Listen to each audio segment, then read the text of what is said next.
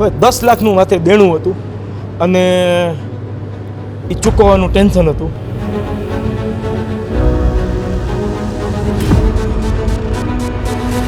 અને મારો ત્યારે કે પ્રશાંત પહેલાં કપડાં કાપી તમે ધોઈ નાખો. હવે જિંદગીમાં ક્યારેય ઘરે પાણીનો ગ્લાસ છે ને ઉપાડ્યો નહોતો આજે. બહુ અદ્ભુત જિંદગી હતી આજે અને સરસ રીતે જીવતો હતો, પણ જિંદગીમાં પહેલી વાર તે કપડાં કાપી ધોવા પડ્યા. અમારું 1 કરોડ રૂપિયાનું ટર્નઓવર હતું 2005માં, 70 જણનો સ્ટાફ અને 7 થી 8 જગ્યાએ ઓફિસીસ. આ કન્ડિશન અને 2006માં આખી કંપની બેંકરપ્ટ, ઝીરો નહીં માઇનસ. સાહેબ અમે લોકો કંપની બંધ કરી ત્યારે ભાગ પાડ્યો દેણાનો. 10 થી 12 જણા પગારમાં, જે મારી સાથે 40 જણા મારી ટીમમાં જે છોકરો કામ કરતો હતો, હું અમે એક લેવલ ઉપર આવી ગયા. એટલું બધું ફર્યા છીએ કે તમે કદાચ અમારા સ્કૂટરના કિલોમીટરના હિસાબ કરો તો એ કરોડોમાં આવે. હું મસ્તીમાં ઘણી વાર કહેતો મા બાપને કે તમે બાળકને જન્મ આપો, પછી ફોરેન જ્યાં ત્યાં સુધીની બધી સર્વિસીસ હોય મેં આપશું. ત્યાંથી ટ્રકમાં બેઠા અને પછી ટ્રકમાંથી આગળ ગયા એટલે અમને ખબર પડી કે આ ટ્રક જે સ્પીડે હાલે છે એ સ્પીડે ટાઈમે વાપી પહોંચશું. પછી અમારા એક સુરત ઓફિસવાળા ભાઈને ફોન કર્યો કે ભાઈ તમે આવો. ફટાફટ બાઇક લઈને આવ્યા, ચીખલી પહોંચે છે, એની પાસેથી બાઇક લીધી, એને ટ્રકમાં ચડાવી દીધા. તું આવ નહીં રાતે. અરે બાળકો ડરે, રાત પડે ને એમ થાકી જાય ને મમ્મા બહુ યાદ આવે એ લોકો નાના બચ્ચાઓને. તો એ બધાને કીધું હોય કે મારા રૂમમાં આવી જાજો તમે તમારે. જીવનમાં ક્યારેય રિટાયર થવું નથી. વાહ. ટૂંકમાં એવી ઈચ્છા છે કે રામનાથપુરા આપણે ચાલીને જવું, 4 જણા લઈ ન જવા જોઈએ આપણને. વાહ, ક્યાં વાત. બસ ત્યાં સુધી કામ કરવું છે.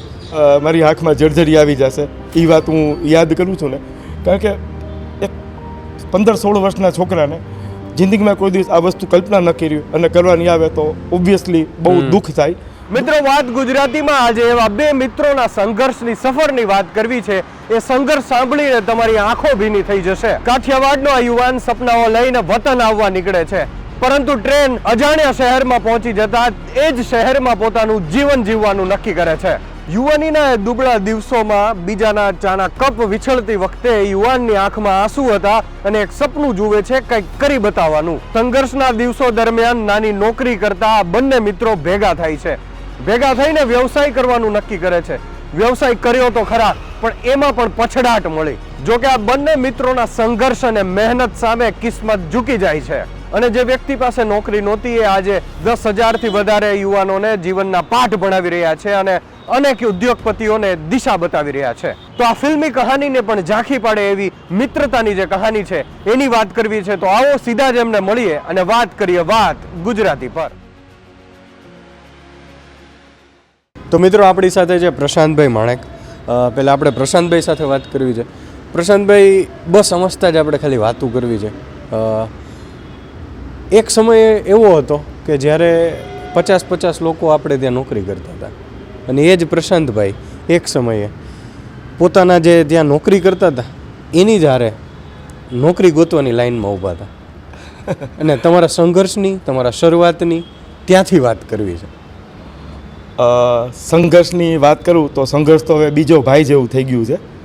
ડે વનથી જિંદગીમાં ખૂબ અને ઈશ્વરની મહેરબાનીથી અદ્ભુત સંઘર્ષ રહ્યો છે અને જિંદગીના દરેક સ્ટેજે સંઘર્ષને ખૂબ માણ્યો છે. જયરાજભાઈ, સંઘર્ષની શરૂઆતની વાત કરું તો 10મા ધોરણમાં હતો અને મારા નાના જે ખાલપાડા સાહેબ, બહુ રિસ્પેક્ટેડ નામ હતા એજ્યુકેશન ફિલ્ડમાં. એમણે માઇન્ડસેટ એવો હતો કે બાળક જે 10મું પાસ થાય એટલે ઇન્ડિપેન્ડન્ટ થવું જોઈએ. તો એમણે મને 10મા ધોરણમાં જોબ ઉપર લગાડ્યો હતો. ડિવાઇન ટ્રેડર્સ, મારા એ સમયે બોસ હતા સનતભાઈ દવે. અત્યારે તો ડિવાઇન ટ્રેડર્સ બહુ મોટી કંપની છે, એમના દીકરાઓ સંભાળે છે. તો 10મા ધોરણમાં જ્યારે વેકેશન હતું ત્યારે હું 2 મહિના માટે 3 મહિના માટે સૌથી પહેલી વાર ત્યાં ગયો હતો અને મારી સેલરી હતી 150 રૂપિયા મહિનાના. એટલે સવારે 2 કલાક જતો અને સાંજે 2 કલાક જતો. અનફોર્ચ્યુનેટલી એકવાર એવું બન્યું કે એના કામવાળા બેન હાજર નહોતા. તો મને કે પ્રશાંત, પહેલાં કપડાં કાપી તમે ધોઈ નાખો. હવે જિંદગીમાં ક્યારેય ઘરે પાણીનો ગ્લાસ છે ને ઉપાડ્યો નહોતો આજે. બહુ અદ્ભુત જિંદગી હતી આજે અને સરસ રીતે જીવતો હતો, પણ જિંદગીમાં પહેલી વાર તે કપડાં કાપી ધોવા પડ્યા તો ત્યારે થોડુંક ઓડ ફીલ થયું કે ઓહો આ કરવાનું છે. પણ એ કર્યું હસતા હસતા આજે. પછી 2 મહિના સુધી જોબ કરી. જેવું 10માનું વેકેશન પત્યું પછી પાછું મેં 11 સ્ટાર્ટ કરી દીધું. 11 સ્ટાર્ટ કર્યા પછી પાછું 11થનું વેકેશન આવ્યું એટલે મારા નાનાજીએ કીધું કે હવે કે મારી જવાબદારી પૂરી થઈ, હવે તું જોબ ગોત. તો ઇનફેક્ટ અકીલા છે ટચુકડી જાહેર ખબર જોઈને હું ઇન્ટરવ્યૂ માટે જતો આજે. ત્યારથી 10મા ધોરણથી જી. ટૂંકમાં ઘરેથી એવું ફ્રીડમ છૂટા મૂકી દીધા. એક્ઝેક્ટલી. ભાઈ માર્કેટમાં તમે છૂટા જીવનના લેસન શીખો. હા, ઇનફેક્ટ આ જીવનના લેસનમાં એ જ વસ્તુ ઇમ્પોર્ટન્ટ છે જે આજના પેરેન્ટને કહેવા માગીશ કે આજના પેરેન્ટ મા બાપ બાળકોનું એટલું બધું પેમ્પરિંગ કરે છે.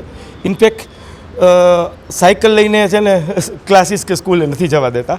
ઇનફેક્ટ ત્યાં સુધી કે મારે તો ક્લાસીસ છે આજે ઘણીવાર જવું તો બાળક જ્યાં સુધી અમારા ઇન્સ્ટિટ્યૂટમાં એન્ટર ન થાય અને જ્યાં સુધીના ક્લાસરૂમમાં ન જાય ત્યાં સુધી મા બાપની કે મધરની સ્પેસિફિકલી નજર હોય છે. તો એ સુધી મા બાપ બાળકનું પેમ્પરિંગ કરે છે. જ્યારે અમારા કેસમાં એવું હતું કે અમને છૂટા મૂકી દીધા હતા એટલે જ કદાચ આટલો સંઘર્ષ કરી શક્યા અને જિંદગીમાં આજે આ લેવલે અમે સરસ સર્વાઈવ કરીને આગળ વધી શક્યા. પ્રશાંતભાઈ, પહેલી વાર તમને એમ કહેવામાં આવ્યું કે આ ચાના વાસણ વિછળવાના છે, ધોવાના છે, હા, ત્યારે એ ઉંમરમાં પ્રશાંતભાઈને એ વાસણ વિછળતા વિછળતા શું વિચાર આવ્યો હતો અને આંખનો ખૂણો તો ભીનો થયો જ હશે ત્યારે? આંખનો ખૂણો ભીનો થયો હતો અને હજી જો મારી આંખમાં જર્જરી આવી જશે એ વાત હું યાદ કરું છું ને, કારણ કે એક 15-16 વર્ષના છોકરાને જિંદગીમાં કોઈ દિવસ આ વસ્તુ કલ્પના ન કરી અને કરવાની આવે તો ઓબ્વિયસલી બહુ દુઃખ થાય. દુઃખ થવા કરતાં બહુ ફ્રેન્કલી કહું ને તો એ કોઈ દિવસ એ આદત જ નહોતી આજે, કારણ કે ઘરે મધર છે એ બધા પોતાની રીતે બધું કરતા આજે, પાણીનો ગ્લાસ કોઈ દી ઉપાડ્યો નહોતો આજે. પણ એ એક સંઘર્ષની શરૂઆત થઈ, ત્યાંથી જિંદગીની એક શરૂઆત થઈ કે જે આજે અમને આ લેવલે લઈ ગયા છે. તો હું કહું છું કે જિંદગીમાં આ બધા કડવા પાઠો જરૂરી છે, એ જ તમને આગળ જતા એક સફળ વ્યક્તિ બનાવે છે આજે. ક્યાં વાત. પછી 10મા ધોરણ પછી જે મેં આપની સાથે વાત કરી એ રીતે અમે લોકોએ પાછું એજ્યુકેશન સ્ટાર્ટ કર્યું. 11થમાં પાછા મારા નાનાએ કીધું બેટા હવે સમર વેકેશન સ્ટાર્ટ થઈ ગયું છે, જોબ ગોતો. હવે કે હું તને જોબ માટે કોઈ હેલ્પ નહીં કરું, તારે જોબ તારી રીતે ગોતવાની છે. તો મેં કીધું ના મારે ઓળખતું નથી કઈ રીતે ગોતવી. તો મને કે અકીલ આવે છે ટચુકડી જાહેર ખબર જોતું. એટલે પછી હું દર શનિવારને અકીલાની જાહેર ખબર જોતો અને પછી ઇન્ટરવ્યૂ માટે ફોન કરતો. તો એ સમયે મને એક જોબ મળી રાતના 9 થી 12ની. જયરાજ પ્લોટમાં STDPCO હતો આજે. 9 થી 12 3 કલાક STDPCOમાં જવાનું અને 300 રૂપિયા મારો પગાર હતો. પહેલી નોકરી 150 રૂપિયાની, પછી પ્રોગ્રેસ કર્યો આપણે 150 ના 300 થયા ડબલ. ત્યારે 300 રૂપિયા બહુ મોટી રકમ લાગતી. પણ આનંદની વાત એ હતી કે ઘરે કોઈ પૈસાની દેવાની જરૂર નહોતી.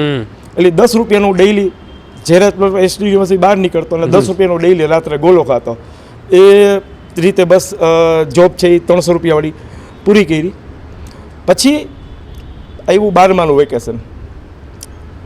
એકાદ વર્ષ જોબ કરી 300 રૂપિયાવાળી.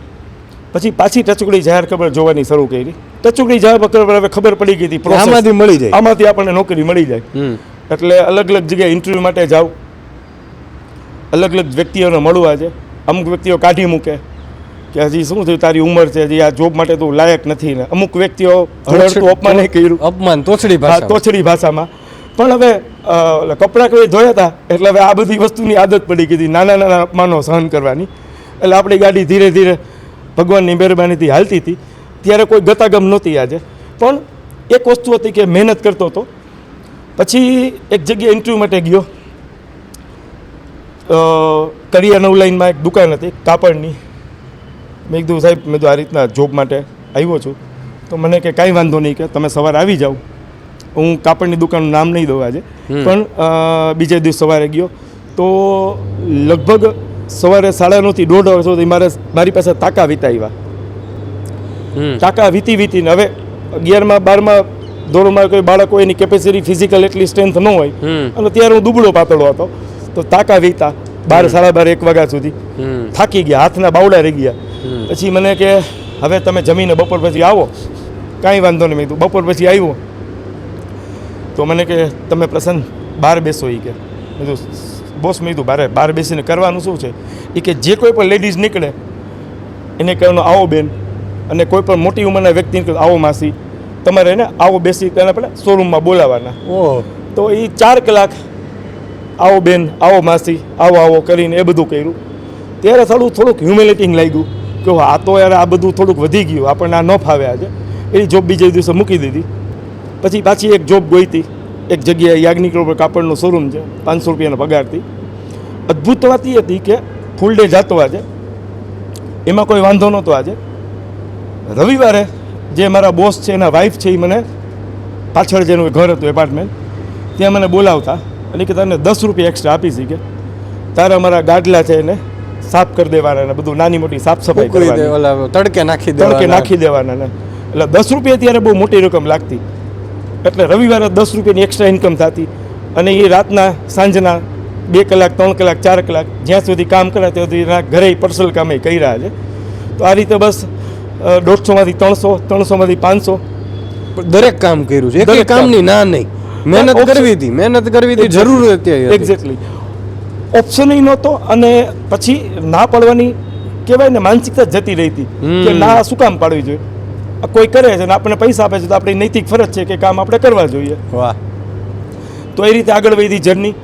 500 રૂપિયામાંથી પછી પ્રોગ્રેસ તો જિંદગીમાં ત્યારે કરતો, અત્યારે કરીએ છીએ, પણ ત્યારે જે પ્રોગ્રેસ હતો એની મજા એ હતી કે 500માંથી 750 રૂપિયા સુધી પહોંચી મારી જર્ની.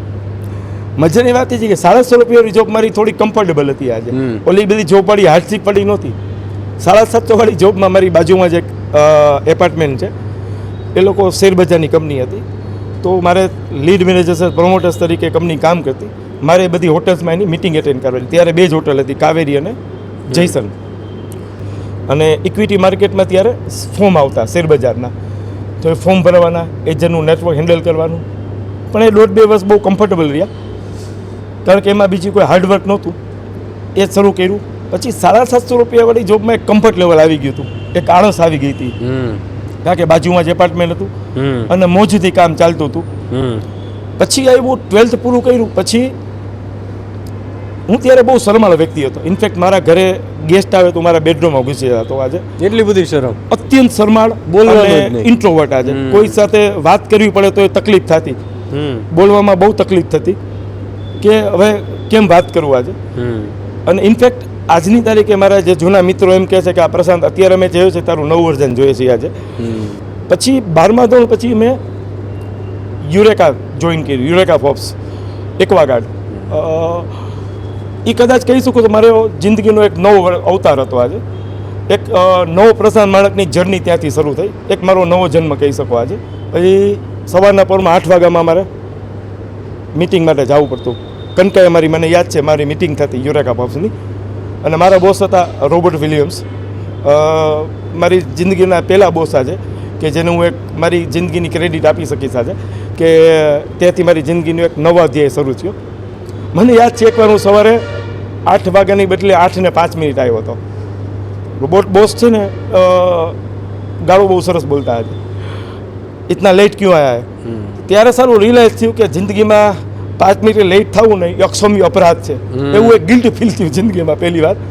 અને પછી કદાચ સમય પાલનની શરૂઆત ત્યાંથી જ થઈ હશે યુરેકા ફોર્બ્સ. આજે મજાની વાત એ કે સવારે 8 વાગે આવીને ફિલ્મ મિટિંગ કરીને 8:30-9 વાગે ચા પીવા મેં કનકાએ ચા પીને પછી અમે અમારી યુરેકા ફોર્બ્સની કોલ્ડ કોલ કહેવાય જેને નોકિંગ શરૂ કરીએ. અને ત્યારે મને યાદ છે કે રેસ્કોસ પાર્ક નવું બન્યું હતું. 1.5 કે 2 લાખના ત્યાં ફ્લેટ હતા. અને ત્યાં મારે હું એક્વાગાર્ડમાં હતો, એક્વાગાર્ડ ઘરે વેચવા જવાના. હવે મજાની વાત એ હતી કે જેને 1.5 લાખનું ઘર લીધું એ હપ્તે લીધું હોય ત્યાં તમારે 5.5 એક્વાગાર્ડ મશીન વેચવાનું. અને ઘરે જઈને બેલ મારવાનું અને વાત કરવાની. એક્ઝેક્ટલી. હવે સવારના ઘણી વાર એવું થતું કે સવારના 8:30-9 વાગ્યામાં માણસો સૂતા હોય, દરવાજો ખટખટાવો તમે good morning sir, I am coming from Tatas company eureka. ધડામ કરતો દરવાજો માથે મારે, હું હવારના હાઈલા આવો છો. એટલે અપમાન થતું અમારું. પણ હવે અપમાનની આદત ખબર નહોતી કે આ બધી આદત ધીરે ધીરે પડતી જાય છે. એને અમે સાહજિકતાથી લેતા થયા. અને અદ્ભુત વાત એ બની કે યુરેકા ફોર્બ્સમાં મેં ઓછો સમય કામ કર્યું, પણ મારી અંદરની જે બીક હતી, ડર, ભય, આ તમામ વસ્તુ નીકળી ગઈ. હું પબ્લિક ફેસિંગ સાહજિકતાથી ઇઝીલી ક્યારે કરતાં શીખી ગયો એની ખબર મને પણ ન પડી. અને મારી અંદરનો જે ગભરું બાળક હતો એ નીકળી ગયું.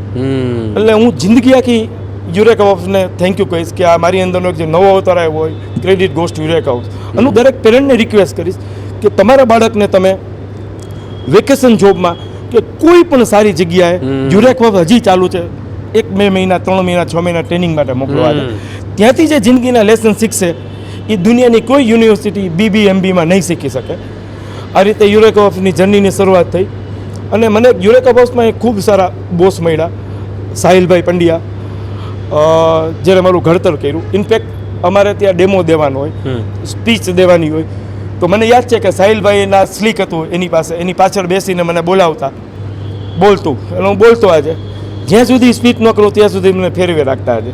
ઓહો. અને પછી અમારે રાજેશભાઈ જાની હતા, મુકેશભાઈ શુક્લા હતા. તો અમને ઈશ્વરની મહેરબાનીથી એવા સરસ ગુરુઓ મળ્યા જેને આજની તારીખે અમારું ખૂબ સારું ઘડતર કર્યું અને આજની તારીખે અમે એટલો જ રિસ્પેક્ટ આપી છે જે કોઈ એના ગુરુને આપતો હોય આજે. તો થેન્ક યુ આ બધા ગુરુઝ માટે. તો યુરેકા ઓફની જર્ની ચાલુ હતી. પછી ઇનફેક્ટ PDM કોલેજ હતી ત્યારે કોલેજમાં એડમિશન લીધું. કોલેજમાં એડમિશન લીધું ને ત્યારે અમારે ધ ગ્રેટ સિંગાળા સાહેબ હતા PDMમાં. સિંગાળા સાહેબ વિશે તો લગભગ જૂની જનરેશનના બધા પેરેન્ટને ખબર જ હશે કે મોહબ્બતેના અમિતાભ બચ્ચન જેવું કેરેક્ટર હતું અને સિંગાળા સાહેબ ત્યારે બહુ મોટું નામ હતા. ડિસિપ્લિન માટે ક્યારે PDM કોલેજ આખા ગુજરાતમાં વખણાતી. સિંગાળા સાહેબ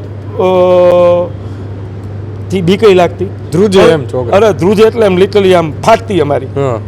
પણ હાલું એજ્યુકેશનમાં 12મા ધોરણ સુધી તકલીફ એ હતી કે છોકરીઓ સાથે ક્યારેય વાત કરવાની બીક હતી. યુરેકા ઓફમાં બીક નીકળી ગઈ એટલે પછી ઈચ્છા થઈ યુવાનીના સ્પંદન હોય કે હાલો આપણે કોઈ એજ્યુકેશનમાં ભણવું છે કે જે માત્ર કોઈ હવે લોચો એ તો કે 12માં અમારે 47% જતા. PDમાં એડમિશન મળે 60% એટલે 60% એડમિશન લેવા માટે મારા નાના ઓળખાણ અને સંબંધોને લીધે મને લાગવગના કોટામાં એ લોકો એડમિશન તો આપી દીધું. એટલે PDMમાં ભગવાનના મહેરબાનીથી એડમિશન મળી ગયું અને આપણે શરૂ કર્યું. 15 દિવસ તો બહુ સિરિયસલી કામ. કોલેજના પેલું હોય ને કે હાલો ભાઈ નવી નવી કોલેજ છે, એક ઓલું આકર્ષણ ઉત્સાહ હોય એટલે રેગ્યુલર ગયો આજે. પણ 15 દિવસમાં હાલું સમજાઈ ગયું કે આપણું આ ભણવાનું આપણું કામ નથી આજે. આપણે હાલું આજે જોબ કરતા ને એમાં વધારે મજા આવે છે. એટલે હું ઇનફેક્ટ મને યાદ છે કે યુરેકા ઓફની મારી કીટ લઈને જતો અને જેવું વેકેશન પેલું રિસેસ પડે સીધું નીકળી એટલે હું નીકળી જતો, પછી મારું કામ શરૂ કરતો. ટૂંકમાં ઈ કોલેજ કરતા ત્યાં સુધી તમને ખબર પડી ગઈ હતી હું સેલ્સનો માણસ છું કે મારે જોબ કરી પૈસા જોઈએ. એક્ઝેક્ટલી હા, એ તમારી સાથે સહમત છું 100% આજે.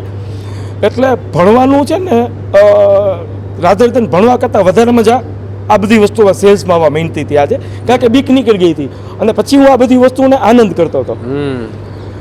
પછી યુરેકા બોસ મૂક્યું અને પછી અમે જોબ કરી એક ત્યાંની હેલ્પલાઇન કરીને કંપની હતી.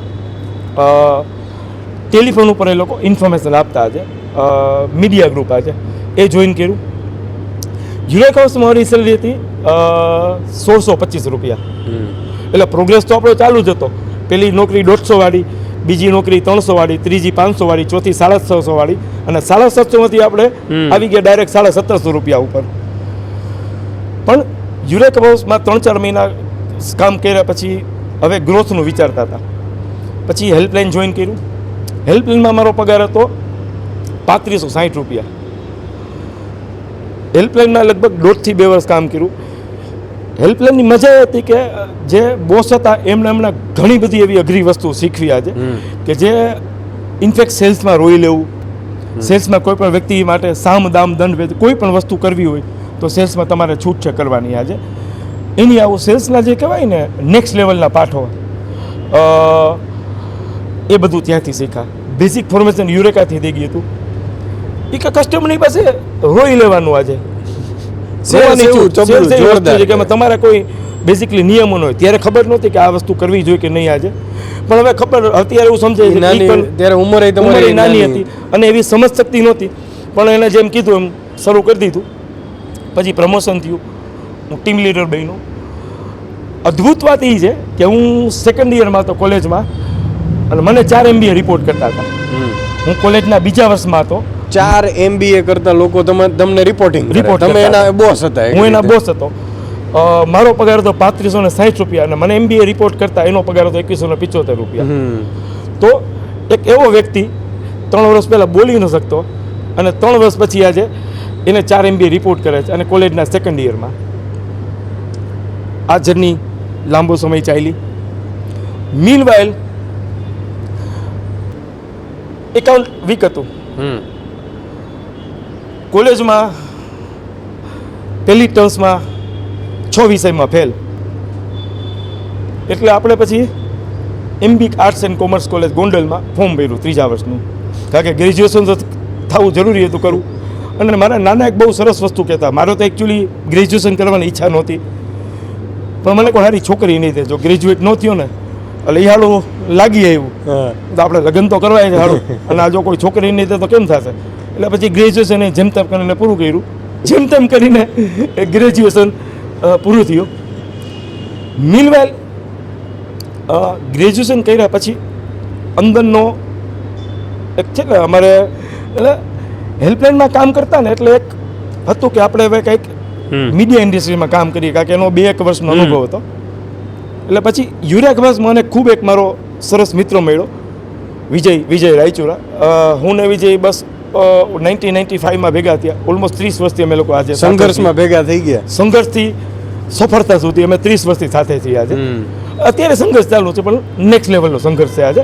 પણ હવે સંઘર્ષ તો બીજો ભાઈ થઈ ગયો છે. હવે હાલું તકલીફ છે કે સંઘર્ષ ન થાય તો ખબર મજા નથી આવતી, આપણે કંઈ ખોટા ટ્રેક ઉપર નથી ને.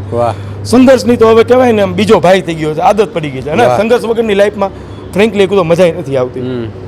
તો જર્ની શરૂ થઈ કોલેજથી. કોલેજમાંથી પાસ આઉટ થયો, યુરેકામાં વિજય સાથે મિત્રતા થઈ, અને હું ને વિજય ખૂબ નજીક આવ્યા. અમે ત્યારે કંઈક આપણે કંઈક પોતાનો ધંધો શરૂ કરીએ. પછી અમે લોકો એક કંપની શરૂ કરી, જેમાં અમે લોકો બધી ડિરેક્ટરીઝ પબ્લિશ કરતા. સૌથી પહેલો અમને કોન્ટ્રાક્ટ મળ્યો રાજકોટ એન્જિનિયરિંગ એસોસિએશનનો. રાજકોટ એન્જિનિયરિંગ એસોસિએશનથી અમે અમારી ડિરેક્ટરીની જર્ની શરૂઆત કરી. ત્યારે મારી કંપનીનું નામ તો પેનાવિઝન. પછી એમને રાજકોટ ચેમ્બર ઓફ કોમર્સનો કોન્ટ્રાક્ટ મળ્યો. પછી સધન Gujarat chamber of commerce, Surat, Nawanagar, Jamnagar. પછી અમે હોમ ડેકોર ઉપર એક સરસ મજાનો પ્રોજેક્ટ કર્યો. પછી અમે લોકો 4 સ્ટેટની ડિરેક્ટરી બનાવી, western India directory for manufacturing exporters. તો ડિરેક્ટરીના ફિલ્ડમાં અમે લોકો અમારી જર્ની શરૂઆત કરી.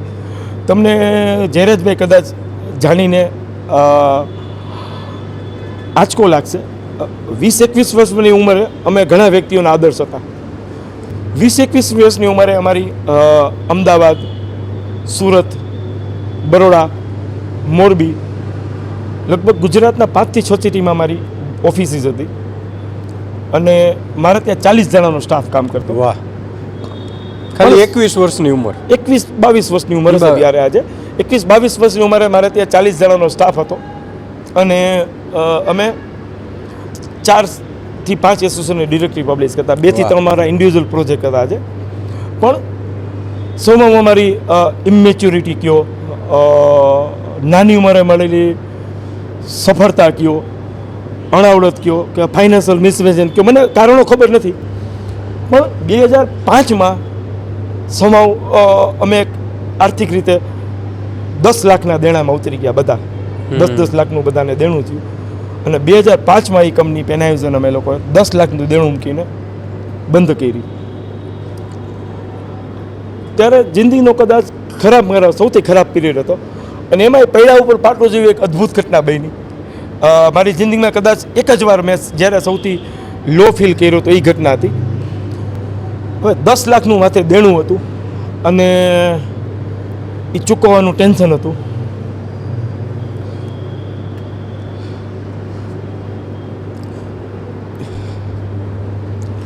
અને મારો ત્યારે એટ એ ટાઈમ જિંદગીમાં એક સારી ઘટના બની. મારે ત્યાં મારો દીકરો આત્મન જન્મો, અને પછી ખબર પડી કે હવે આ દેણું ચૂકવવા માટે નોકરી કરવી પડશે. એટલે મેં પહેલી વહેલી નોકરી જોઈન કરી. ઇન્સ્યોરન્સ કંપની, નામ નહીં દઉં આજે, બહુ ઇન્ડિયાનું વેલ ગ્રુપ છે. ઇન્સ્યોરન્સ કંપની મેં જોઈન કરી, અને પહેલી જ મિટિંગમાં જે 10 થી 12 જણ હતા, જે ન્યૂ રિક્રુટ હતા, એનું ઇન્ટ્રોડક્શન સ્ટાર્ટ કર્યું મારા બોસે. અને એક વ્યક્તિ ઇન્ટ્રોડક્શન આપ્યું. Previously I was work with mister Prashant Manek. He was my ex boss. એ છોકરાનું નામ નહીં લો, આજની તારીખે ટચમાં છે, અને ઇઝ ડુઈંગ ફેન્ટાસ્ટિક. આજે 10 થી 12 જણા પગારમાં, જે મારી સાથે 40 જણા મારી ટીમમાં જે છોકરો કામ કરતો હતો, હું અમે એક લેવલ ઉપર આવી ગયા. 2005-06માં. જે વ્યક્તિ જે યુવક તમારે ત્યાં કામ કરતો હતો આજે તમારું ઇન્ટ્રોડક્શન આપે છે હા. એ ત્યાં કહેતો હોય હા. કે આ મારા બોસ હતા પહેલા. એક્ઝેક્ટલી પણ એક્ઝેક્ટલી એ સમયે કેવું ફીલ થયું હતું કે આમ મારી જિંદગીનો સૌથી ખરાબ પીરિયડ હતો. એટલા માટે કારણ કે તમે સફળતાના તમે એક્સ્ટ્રીમ લેવલે પહોંચી ગયા હો. તમે આજે ગુજરાતમાં સૌરાષ્ટ્રમાં તમારું એક રિસ્પેક્ટેડ નામ હોય, બધા વ્યક્તિ તમને આદર્શ તરીકે જોતા હોય અને તમારો એક ડાઉનફોલ આવે આજે. એ ડાઉનફોલમાં પ્લસ મારે ત્યાં મેં તમને કીધું મારા બાળકનો દીકરાનો જન્મ. જન્મ થયો હતો. એટલે જવાબદારીઓ વધતી હતી જિંદગીમાં. એક એક્સ્ટ્રીમ લેવલે હું કહેવાય ને તો ફેસ કરતો હતો. એક સામે જિંદગીનો સૌથી ખરાબ પીરિયડ હતો પ્રોફેશનલ લાઈફમાં કે મારી કંપની બંધ થઈ ગઈ હતી. હું પાછો 12,000ની 15,000ની નોકરીમાં લાગી ગયો હતો અને એ ટાઈમે મારે તે દીકરાનો જન્મ થયો હતો, જે મારી પર્સનલ લાઈફમાં બહુ સારી ઘટના હતી. તો એક સમય એકી સાથે બે ઘટનાના પેલા ફેઝમાંથી હું પાસ થતો હતો. પછી 3-4 મહિના કંપનીમાં જોબ કરી પણ મજા નહોતી આવતી. સમાવ એ કંપનીનું કલ્ચર એ બહુ ખરાબ હતું અને ઓલરેડી આજની તારીખે કોર્પોરેટ ફિલ્ડમાં નામ નહીં દઉં, એનું કલ્ચર આજની તારીખે ખરાબ છે. પછી મેં એક બીજી ઇન્સ્યોરન્સ કંપની જોઈન કરી. ત્યાંથી મારી જિંદગી કહેવાય ને થાળે પડવાની શરૂઆત થઈ. મિલવેલા 2-3 મહિનામાં મારો જે માઇન્ડ સેટ ધીરે ધીરે ધીરે પોઝિટિવ થતો ગયો હતો. કારણ કે મારી પાસે બીજો કોઈ ઓપ્શન નહોતો, વિકલ્પો નહોતા. જિંદગીમાં તકલીફો શું છે ખબર છે કે આજે મા બાપ બાળકોને એટલા બધા વિકલ્પો આપે છે, એને લીધે ઘણી તકલીફો હોય છે. અમારી પાસે વિકલ્પ નહોતો. વિકલ્પ મારી પાસે એક જ હતો. મારી માથે 10 લાખનું દેણું હતું અને 10 લાખ રૂપિયા મારે માણસોને ચૂકવવાના હતા. એ સાહેબ 10 લાખ રૂપિયા એટલે અત્યારની વેલ્યુ પ્રમાણે નહોતો, 1 કરોડ રૂપિયા એ સમયની વાત થઈ આજે. બિલકુલ. પણ પછી નક્કી કર્યું કે હવે આપણે આપમો આવીને સ્વર્ગે નહીં જવાય, એટલે મહેનત શરૂ કરી દો. પછી ઇનફેક્ટ એ કંપનીમાં હું કામ કરતો, ત્યાં મને ધારી અમરેલી મારા એરિયામાં આવતા દરેક શનિ રવિવારે હું સવારના 6 વાગે. કારણ કે ત્યારે ગાડી તો શું આજે ગામને પૈસા ચૂકવવાના હોય ત્યારે તમારી પાસે કોઈ લક્ઝરી તો હોય જ નહીં. એટલે એસટીની બસમાં હું ધારી જતો. ધારી સવારના 9 વાગે ગાંઠિયા ખાઈને રાતના 11-12 વાગ્યા સુધી કામ કરતો. રવિવારે સાંજના રાજકોટ આવતો. તો એ ખૂબ સંઘર્ષ કર્યો 5 થી 6 વર્ષથી કંપનીમાં. મને યાદ છે કેટલી ફોરેન ટ્રીપ જીતો હું, પણ મારા માટે કોઈ બોસ છે એ ઇમ્પોર્ટન્ટ વ્યક્તિ નહોતા કે જે મને ડ્રાઈવ કરે. મારો પોતાની અંદરથી સેલ્ફ ડ્રીવન વ્યક્તિ તરીકે મેં કામ કરવાનું શરૂ કર્યું અને એટલા પૈસા ચૂકવવાના હતા ગામને કે દોયલા વગર છૂટકો નહોતો. મને યાદ છે કે 2008માં મારું ઇન્સેન્ટિવ હતું 1,67,000 રૂપિયા. ઓહો, ઇન્સેન્ટિવ પગાર નહીં. તો કારણ કે એક અંદરથી આગ હતી કે આ પૈસા ચૂકવવા છે વહેલી તકે અને આમાંથી બહાર નીકળવું છે. તો ઓલમોસ્ટ 2005-06 થી લઈને 2010-11 સુધીમાં છે ને ઓલમોસ્ટ દેણું ચૂકવી દીધું. 10 લાખ રૂપિયાનું દેણું ચૂકવીને સખત મહેનત કરી. સખત મહેનત એટલે કહેવાય ને કાંઈ બાકી નથી રાખ્યું મહેનત કરવામાં. 12-14 કલાક કામ કર્યું છે અને એ ફેઝમાંથી બહાર નીકળી ગયો. પછી 2011-12માં પાછો જે અંદરનો કીડો હતો ને ધંધો કરવાનો, પાછું એમ હવે બધું 0-0 થઈ ગયું. હવે પાછું હાલું 0-0 થઈ ગયું છે. હાલું હવે કંઈક તો પાછું કરવું પડશે આજે. હું ને વિજય ઇનફેક્ટ સાથે જ હતા, પણ એ ત્યારે એક બીજી કંપનીમાં હતો મેનેજર તરીકે. અને પાછા અમે 2010-11માં એક ઇન્સ્યોરન્સ કંપનીમાં સાથે આવ્યા. 2011માં આર્થિક રીતે દેણું ચૂકવાઈ ગયું હતું એટલે પાછો આમ ધંધાનો કહેવાય ને કીડો હળવળ થતો હતો હવે શું કરવું. એટલે 2012માં 11-12ની શરૂઆતમાં અમે લોકો શરૂ કર્યું હવે આપણે જોબ કરવી નથી આજે. અમે લોકો પછી દર રવિવારે MTV છે એની બહાર કેફે છે, સવારે નીકળી જાય ચા પીવા માટે.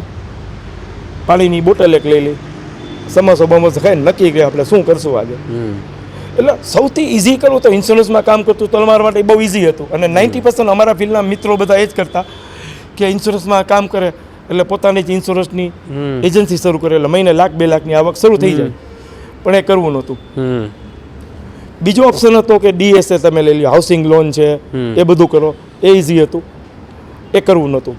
પછી એક મીડિયામાં કામ કર્યું રાજકોટમાં. ત્યારે LED હોર્ડિંગ માટે 2-3 સાઇટ જોઈ પણ સમાવ એ મગજમાં નહોતું બેસતું આજે. પછી એક નોન બેગની ફેક્ટરીનું પ્લાન કર્યું. મારા એક અંગત મિત્ર છે ડૉક્ટર માધવ દવે, અત્યારે શહેર ભાજપ પ્રમુખ છે. તો એની પાસે મેટોડામાં જગ્યા હતી. તો આપણે કે તમારે જો કરવું હોય તો કે હું તમને એ જગ્યા કે આપવું હોય કે, પણ સમાવ એ મગજમાં ન બેઠું આજે. પછી હું ને વિજય એક એની ઉપર એવી વસ્તુ પર કામ કરતા હતા કે આપણે ધંધો તો ઠીક છે, એની સાથે સમાજને કંઈક આપવું છે, એવું કંઈક કરવું છે કે જેમાં આપણે સમાજમાં કંઈક ચેન્જ લઈ આવી શકીએ. અને મારા રિસ્પેક્ટેડ નાના જે ખાલપાડા સાહેબ છે એનો એક સંસ્કાર વારસો હતો આજે. એમને એજ્યુકેશન ફિલ્ડમાં એનો જે રિસ્પેક્ટ હતો મેં જોયો હતો આજે, કે એના હજારો લાખો વિદ્યાર્થીઓ એ જે રિસ્પેક્ટ આપતા હતા, મનમાં ક્યાંક છાના ખૂણે એ વસ્તુ હતી મગજમાં કે આપણે એજ્યુકેશન ફિલ્ડમાં કંઈક કરીએ તો. કારણ કે એજ્યુકેશન એકમાત્ર એવું ફિલ્ડ છે કે જેમાં તમે પૈસા કમાવાનો ક્યારે અમારે લાઈફનો ગોલ હતો જ નહીં. ગોલ એ હતો કે એટલા પૈસા કમાય કે જે આપણી જિંદગીની જરૂરિયાત હોય, પણ સાથે સાથે સમાજને કંઈક આપી શકીએ.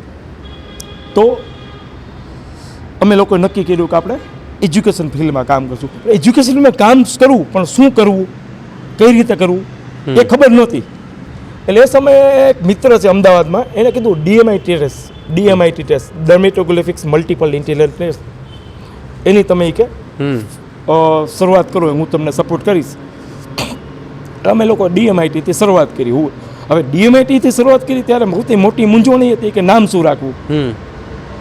હું ને વિજય આમ નામ નક્કી કરતા, પણ આપણું ભેગું નહોતું થતું. અમે લગભગ 50-60 નામ કંપની માટે વિચાર્યા. પછી અચાનક ઓલ ઓફ ધ સડન અમે સરદાર મેન્ડ ઉપર જતા હતા. વિજય કે હું એમ ડન. તો 10 સેકન્ડમાં એક સરસ મજાની બ્રાન્ડનો જન્મ અજાણતા અનાયાસ થઈ ગયો. આજે હું એમ સૌરાષ્ટ્ર ગુજરાતમાં બહુ મોટું રિસ્પેક્ટેડ બ્રાન્ડ છે, પણ સમય એનો જન્મ અજાણતા જ થયો હતો. અને પછી અમે લોકોએ હું એમ બ્રાન્ડની શરૂઆત કરી 2012માં સપ્ટેમ્બરમાં, ટુ બી પ્રિસાઇઝ. એક નાનકડી 500 સ્ક્વેર ફૂટની ઓફિસે DMITની શરૂઆત કરી. DMITમાં મેં સૌરાષ્ટ્ર ગુજરાતમાં લગભગ 10થી 12 ફ્રેન્ચાઇઝી અપોઇન્ટ કરી. અને પછી આવ્યો એક મિડ બ્રેનનો દોર, બ્રેન ડેવલપમેન્ટ પ્રોગ્રામ. એટલે અમારું કેવું છે, ઓલું કોરોનામાં વાયરસ આવ્યો હતો ને, વાયરસ કેમ મ્યુટન્ટ ચેન્જ કરતો ગયો, એમ ધંધામાં અમે લોકો છે ને એમ કહેવાય ને ગ્રેજ્યુઅલી અમે અમારી જાતને ચેન્જ કરતા રહ્યા. સમયના શું ખબર કહેવાય ને, અમે અમારું વેરિયન્ટ ચેન્જ કરતા ગયા. કારણ કે જેમ જેમ સમજ આવતી જાય કે આ વસ્તુ માર્કેટની ડિમાન્ડ આ છે, આ વસ્તુ તમે આ રીતના વધારે સારી રીતે કરી શકો, આજે લોકોને વધારે ઉપયોગી આ છે, તો અમે અમારી જાતમાં ચેન્જ કરતા ગયા, શીખતા ગયા અને આગળ વધતા ગયા. પછી મેં brain development program mid brain શરૂ કર્યું. તો યાજ્ઞિક રૂપે એક સરસ મજાનું સેન્ટર કર્યું, ત્યાં શરૂઆત કરી મિડ બ્રેનની. મિડ બ્રેન અમે લોકો એક લેવલે ખૂબ આગળ હતા. એમાં અમે લોકોએ લગભગ 2 થી 3 હજાર બાળકોને ટ્રેન કર્યા. પછી કંઈક એવી કોર વસ્તુ કરવી હતી કે એજ્યુકેશન ફિલ્ડમાં આપણે કરી શકીએ. અને સાથે સાથે મને ટ્રેકિંગનો એક્સપિરિયન્સ એ જબરજસ્ત હતો. મેં 1995માં મારી ટ્રેકિંગની જર્ની સારપાસથી શરૂ કરી હતી. યુથ હોસ્ટેલમાંથી હું ગયો હતો. એટલે અંદર એક ટ્રેકિંગનો કીડો હળવડ થતો હતો કે આપણે આ ટ્રેકિંગ એ કરવું જોઈએ આજે. તો 2013માં અમે લોકોએ એવું બધા છોકરાઓને ખબર હતી કે સર ટ્રેકિંગને બધી વાતો કરતી હોય, અને ટ્રેકિંગ વાત આવે એટલે તકલીફ એવી છે કે બધા મારા મિત્રો મસ્તી કરે કે હમણાં 2 કલાકની ગાડી શરૂ થઈ જશે. કારણ કે અનુભવો જ એટલા હોય ટ્રેકિંગના કે જ્યારે તમે ટ્રાવેલ ઉપર જાઓ ત્યારે. હા, અનુભવ અને ગાંડ પણ. આમાં એવું છે કે સફળતા માટે છે ને ગાંડ પણ જરૂરી છે આજે. ક્યાં વાત, વાહ. એટલે હવે ગાંડો કયો, ગાંડ પણ કયો, જે કયો એ આજે એક કીડો હતો.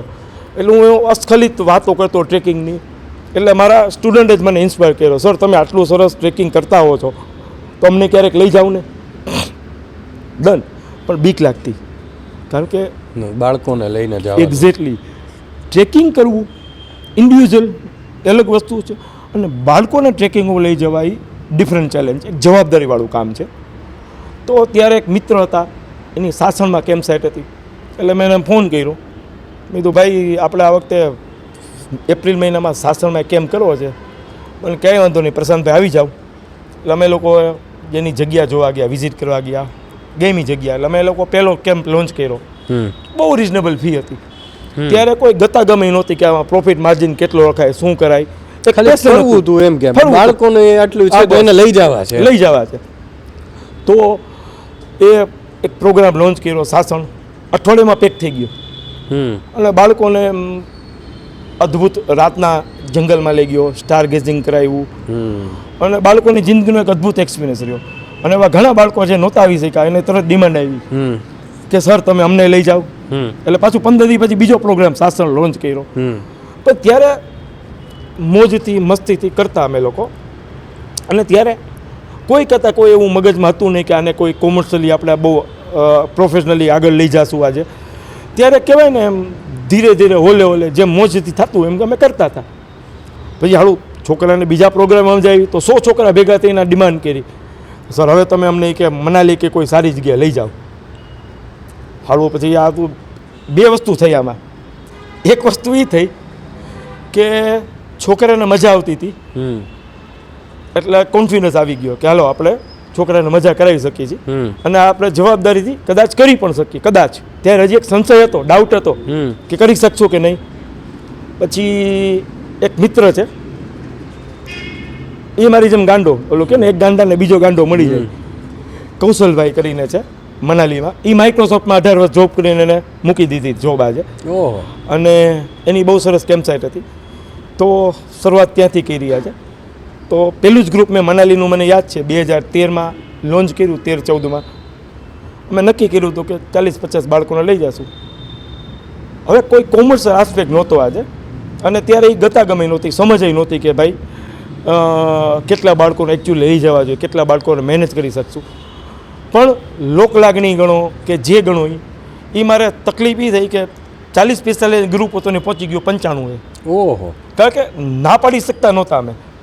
છોકરા એટલી બધી મજા કરી હોય, એક એના ભાઈને કે બેનને કે કઝિનને કે બધાને લઈને આવે, બધાને લઈને. તો પેલું ગ્રુપ મારું 95 જણાનું થઈ ગયું અને 10 જણાની અમારી ટીમ હતી. એટલે અમે ટીમ 10 જણાની કરી આજે. તો 95 જણાના કાફલા લઈ અમે મનાલી ગયા. પ્રોગ્રામ ખૂબ સરસ રહ્યો, અદ્ભુત રહ્યો, છોકરાને ખૂબ મજા આવી. પણ અમારી આવી રહી આવી એટલા માટે રહી કે 95 બાળકોને હેન્ડલ કરવા બહુ ડિફિકલ્ટ છે. સક્સેસફુલી કર્યું પણ પછી એક બ્રહ્મ જ્ઞાન એ થયું કે આવડા મોટા બાળકોનું ગ્રુપ ન કરાય. પછી અમે હિંમત ખુલી ગઈ. પછી હવે આવ્યા કે ના આપણે તો આ ખરેખર કરી શકીએ છીએ. પછી પહેલી વાર એવો થોટ આવ્યો કે આપણે હવે આને સિરિયસલી લઈએ. હવે અદ્ભુત વાત એ થઈ કે મેં તમને કીધું ને જયરાજભાઈ કે જિંદગીમાં અનુભવ જ માણસને ઘડતો હોય છે.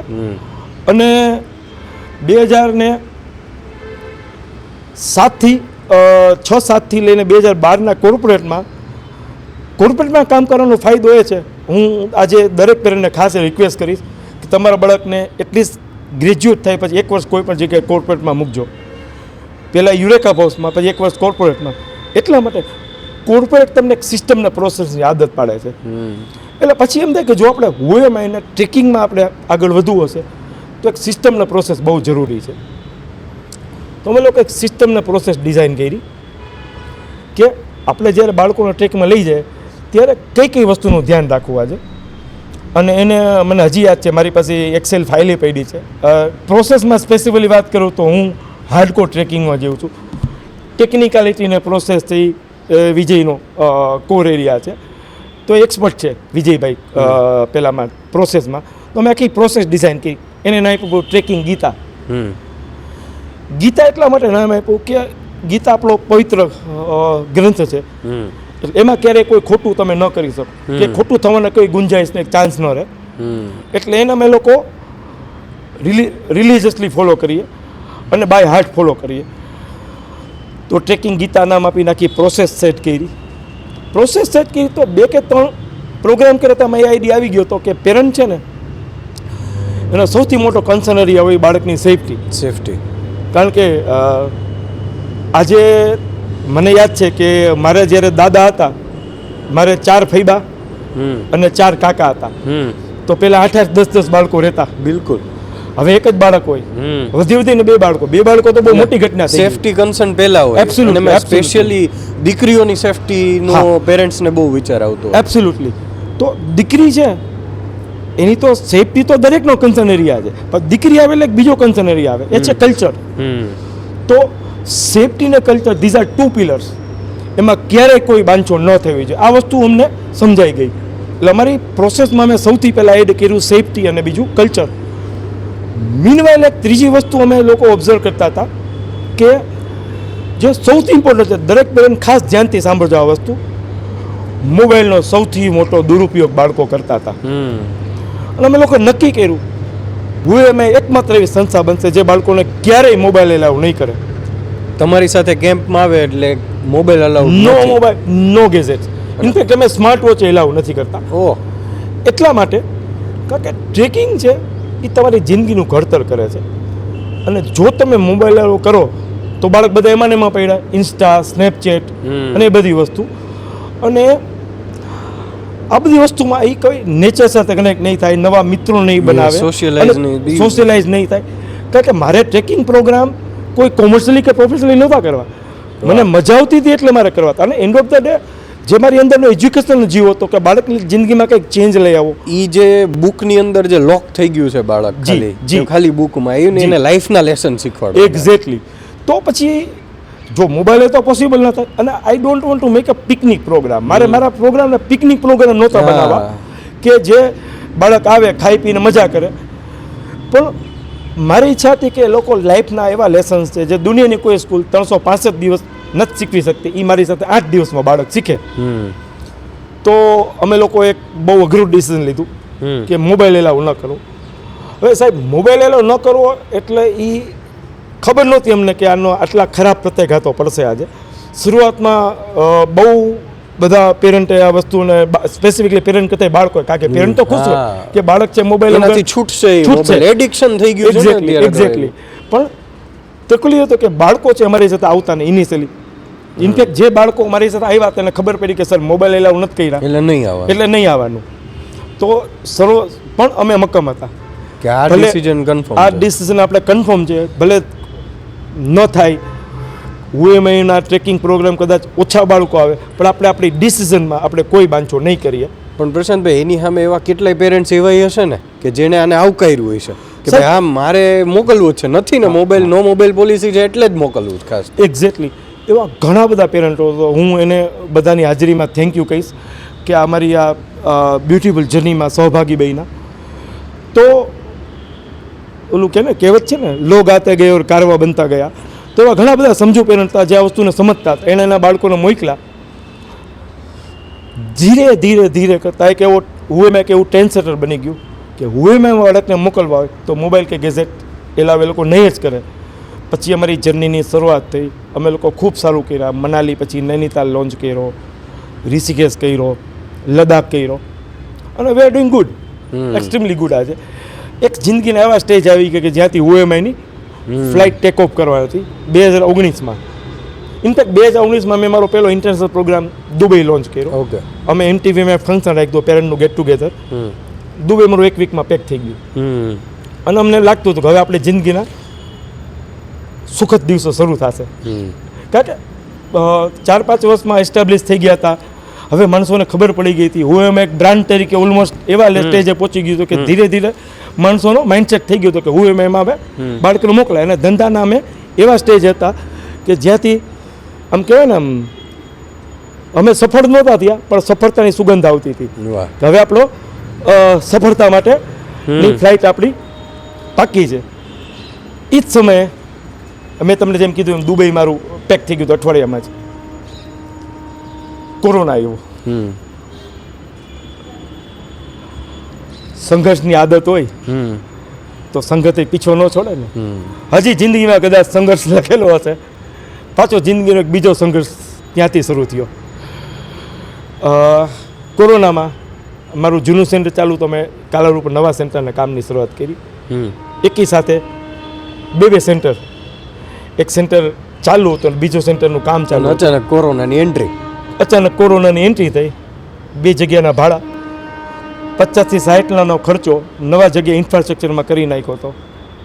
અને એમ હતું કે 2-3 મહિનાના પૈસા હતા કે આપણે વાંધો નહીં આવે. 2 મહિનાના 3 મહિના, 3 મહિનાના 6 મહિના, 6 મહિનાના વર્ષ, અને લગભગ 1.5 વર્ષ લંબાણું. અને દુઃખદ વાત એ હતી કે અમારી 2 ઇન્ડસ્ટ્રીમાં અમે લોકો કામ કરતા, એક એજ્યુકેશન અને સેકન્ડ ટ્રેકિંગ ને camping.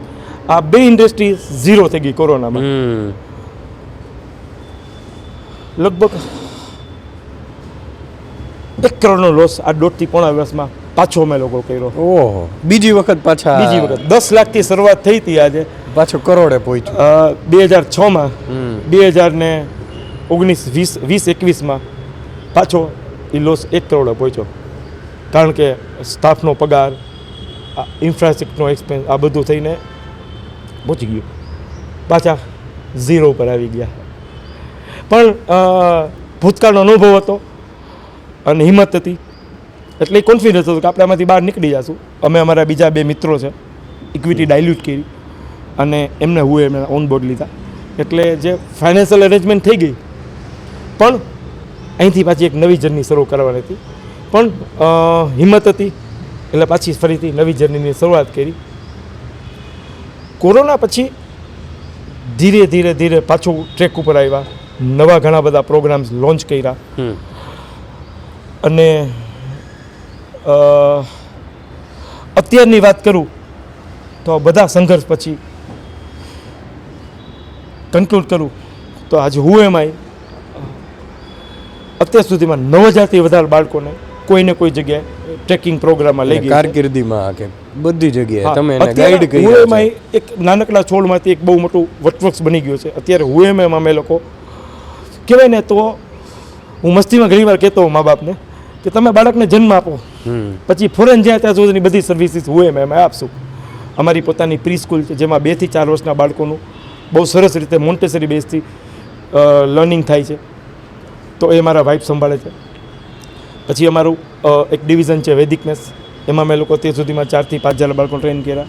Handwriting programs, career counselling, 600થી વધારે બાળકો ફોરેન સ્ટડી કરે છે. અને ટ્રેકિંગ જે અમારું મેઇન ડિવિઝન છે. તો એજ્યુકેશન ફિલ્ડમાં મેં એક મોટું અત્યારે વટવૃક્ષ બની ગયા છે. અને હું એમાં ઓળખાય છે એના કમિટમેન્ટ માટે, એના સિદ્ધાંતો માટે. આજે તો આ રીતે અમારી જર્નીની એક ફરીથી 2021માં એક કહેવાય ને બીજો મોડ આવ્યો આજે. અને પણ ધીરે ધીરે 1 થી 2 વર્ષમાં પાછા સેટલ થયા. નવા ઘણા બધા પ્રોગ્રામ લોન્ચ કર્યા. આજે કદાચ તમને જાણીને આશ્ચર્ય થશે, ઇન્ડિયાના ઓલમોસ્ટ 10 થી 12 જગ્યા અમે લોકો અમારા બાળકોને UMIના ટ્રેક્સને કેમ્પ્સમાં લઈ જઈએ છીએ.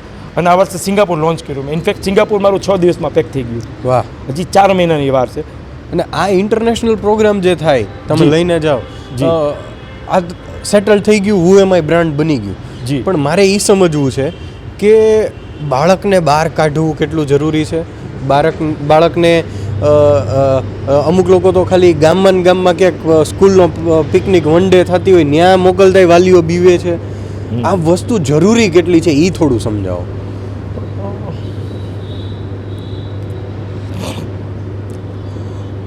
તકલીફ એ છે કે મા બાપ, દરેક મા બાપ પોતાના બાળકને એવું ઈચ્છે છે કે જિંદગીમાં ખૂબ સફળ થાય, પણ સંઘર્ષ વગર સફળતા નથી મળતી. જે મારો પોતાનો છેલ્લા 20 વર્ષનો જાત અનુભવ છે. અને દરેક મા બાપને ખબર છે કે પોતે સંઘર્ષ કરીને આજે આ લેવલે પહોંચ્યા છે, પણ સમાવ કોઈ મા બાપનો જીવ પોતાના બાળક માટે નથી ચાલતો. એટલે હું દરેક મા બાપને રિક્વેસ્ટ કરીશ, પેરેન્ટને, કે તમે જે સંઘર્ષ કર્યો છે એટલો નહીં, પણ થોડાક સંઘર્ષની તો આદત પાડો.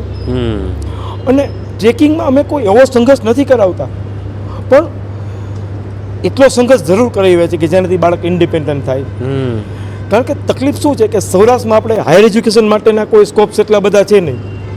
દરેક મા બાપને 12મા પછી 12th પૂરું થાય પછી એના બાળકને કાં તો અમદાવાદ મોકલવો પડે છે, બોમ્બે અથવા પૂના કે બેંગ્લોર કોઈ જગ્યાએ હાયર એજ્યુકેશન માટે.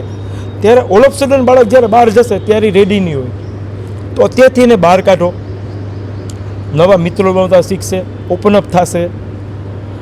એવી ઘણી બધી લાઈફની એવી સ્કિલ શીખશે જે દુનિયાની કોઈ યુનિવર્સિટી નહીં શીખવી શકે, દુનિયાની કોઈ સ્કૂલ નહીં શીખવી શકે. જે બાળક એકલા રહેશે તો જ શીખશે. તો હું દરેક પેરેન્ટને રિક્વેસ્ટ કરું છું કે મારી સાથે નહીં, તમને જે ઈચ્છા થાય ત્યાં મોકલો, બહાર કાઢો. બહાર કાઢો. ઇનફેક્ટ ત્યાં સુધી મેં તો જોયું છે આજે કે બહાર શેરીમાં 50 ડગલા હોય ને, દૂધ લેવા જવાનું તો છોકરું એક્ટિવા લઈને જતો હોય. મા બાપ, મારે ત્યાં ક્લાસીસમાં ઘણા છોકરા આવતા હોય, મા બાપ એને બાઇકમાં 17 વર્ષના છોકરાને મા બાપ બાઇકમાં લઈને મૂકી જાય, તેડી જાય. અરે 17 વર્ષના છોકરાને રિક્ષા કરાવી દે.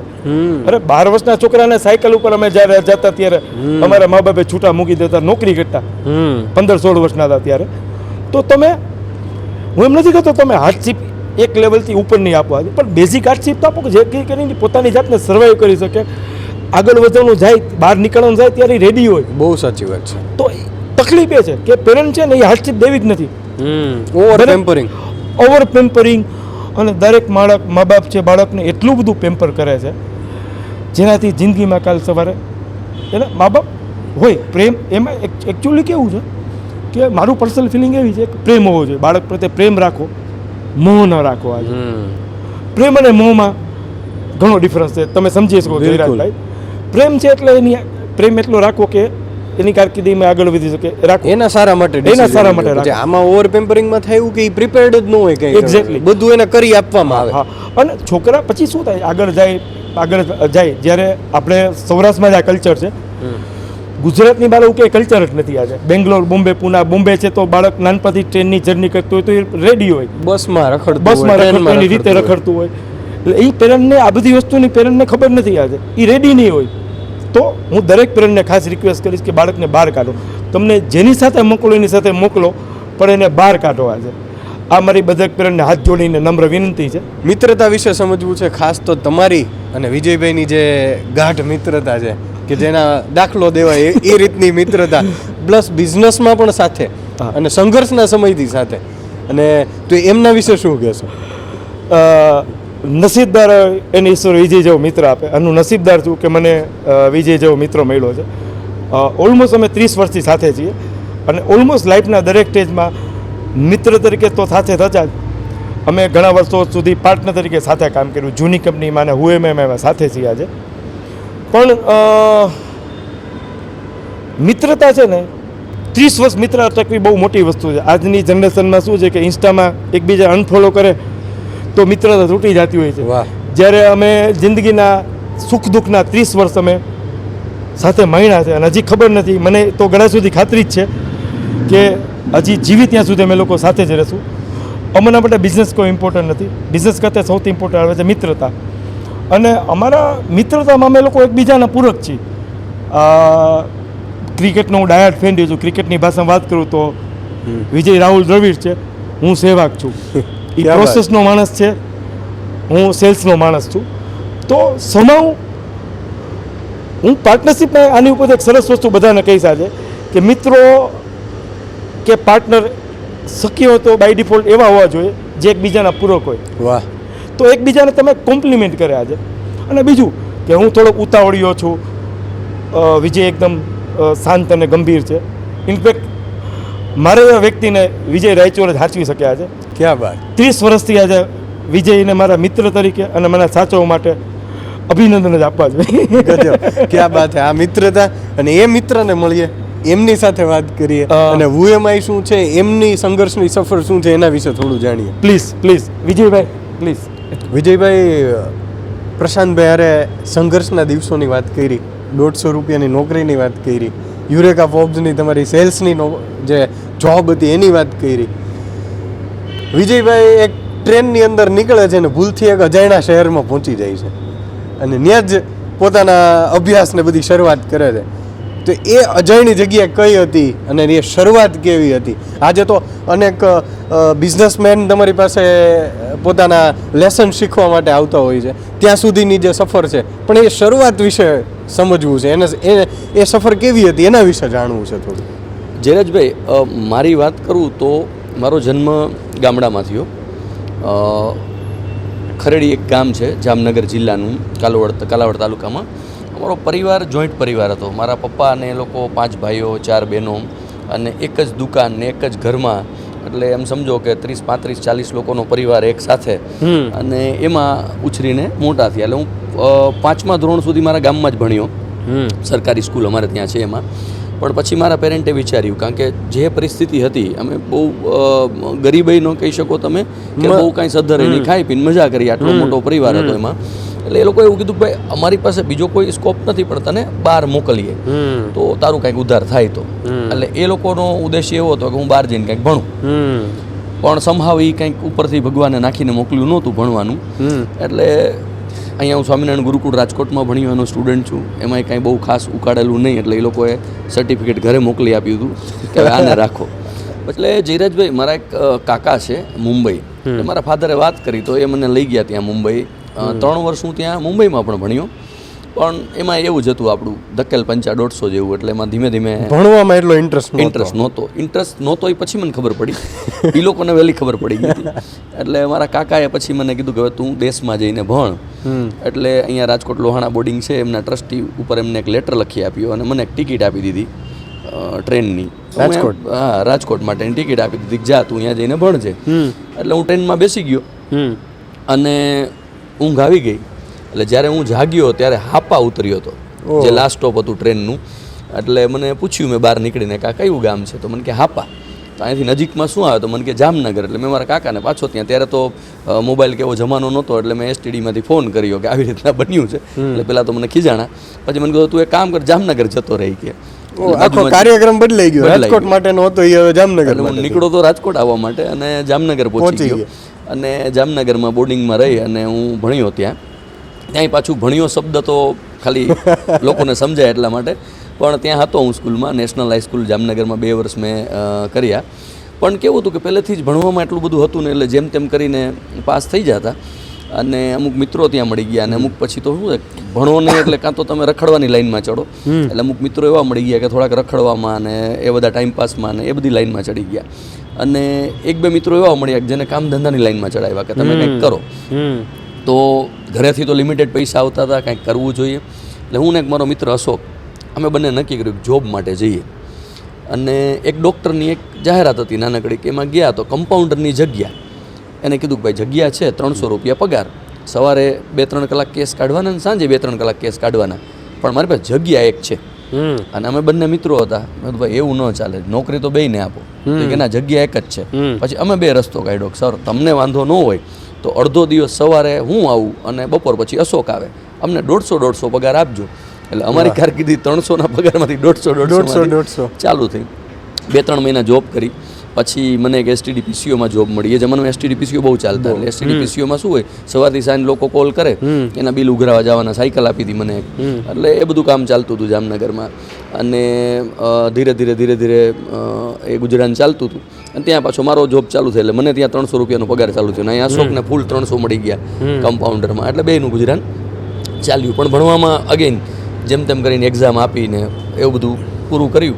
પણ મીનવાઇલ 300ના પગારમાં કામ કરતા હતા. ત્યાં એક મિત્રએ કીધું કે ભાઈ એક કંપની છે અને એ 1700-1750 રૂપિયા પગાર આપે, કાંઈ નહીં કરવાનું, સવારે જઈ અને 50 ઘરે આટો મારવાનો. આ તો સીધા આપણા 5 ગણા પૈસા થઈ જાય, આ ધંધો કરવા જેવો. એટલે ત્યાં મળવા ગયા, 2 ભાઈઓ હતા ત્યાં એમને.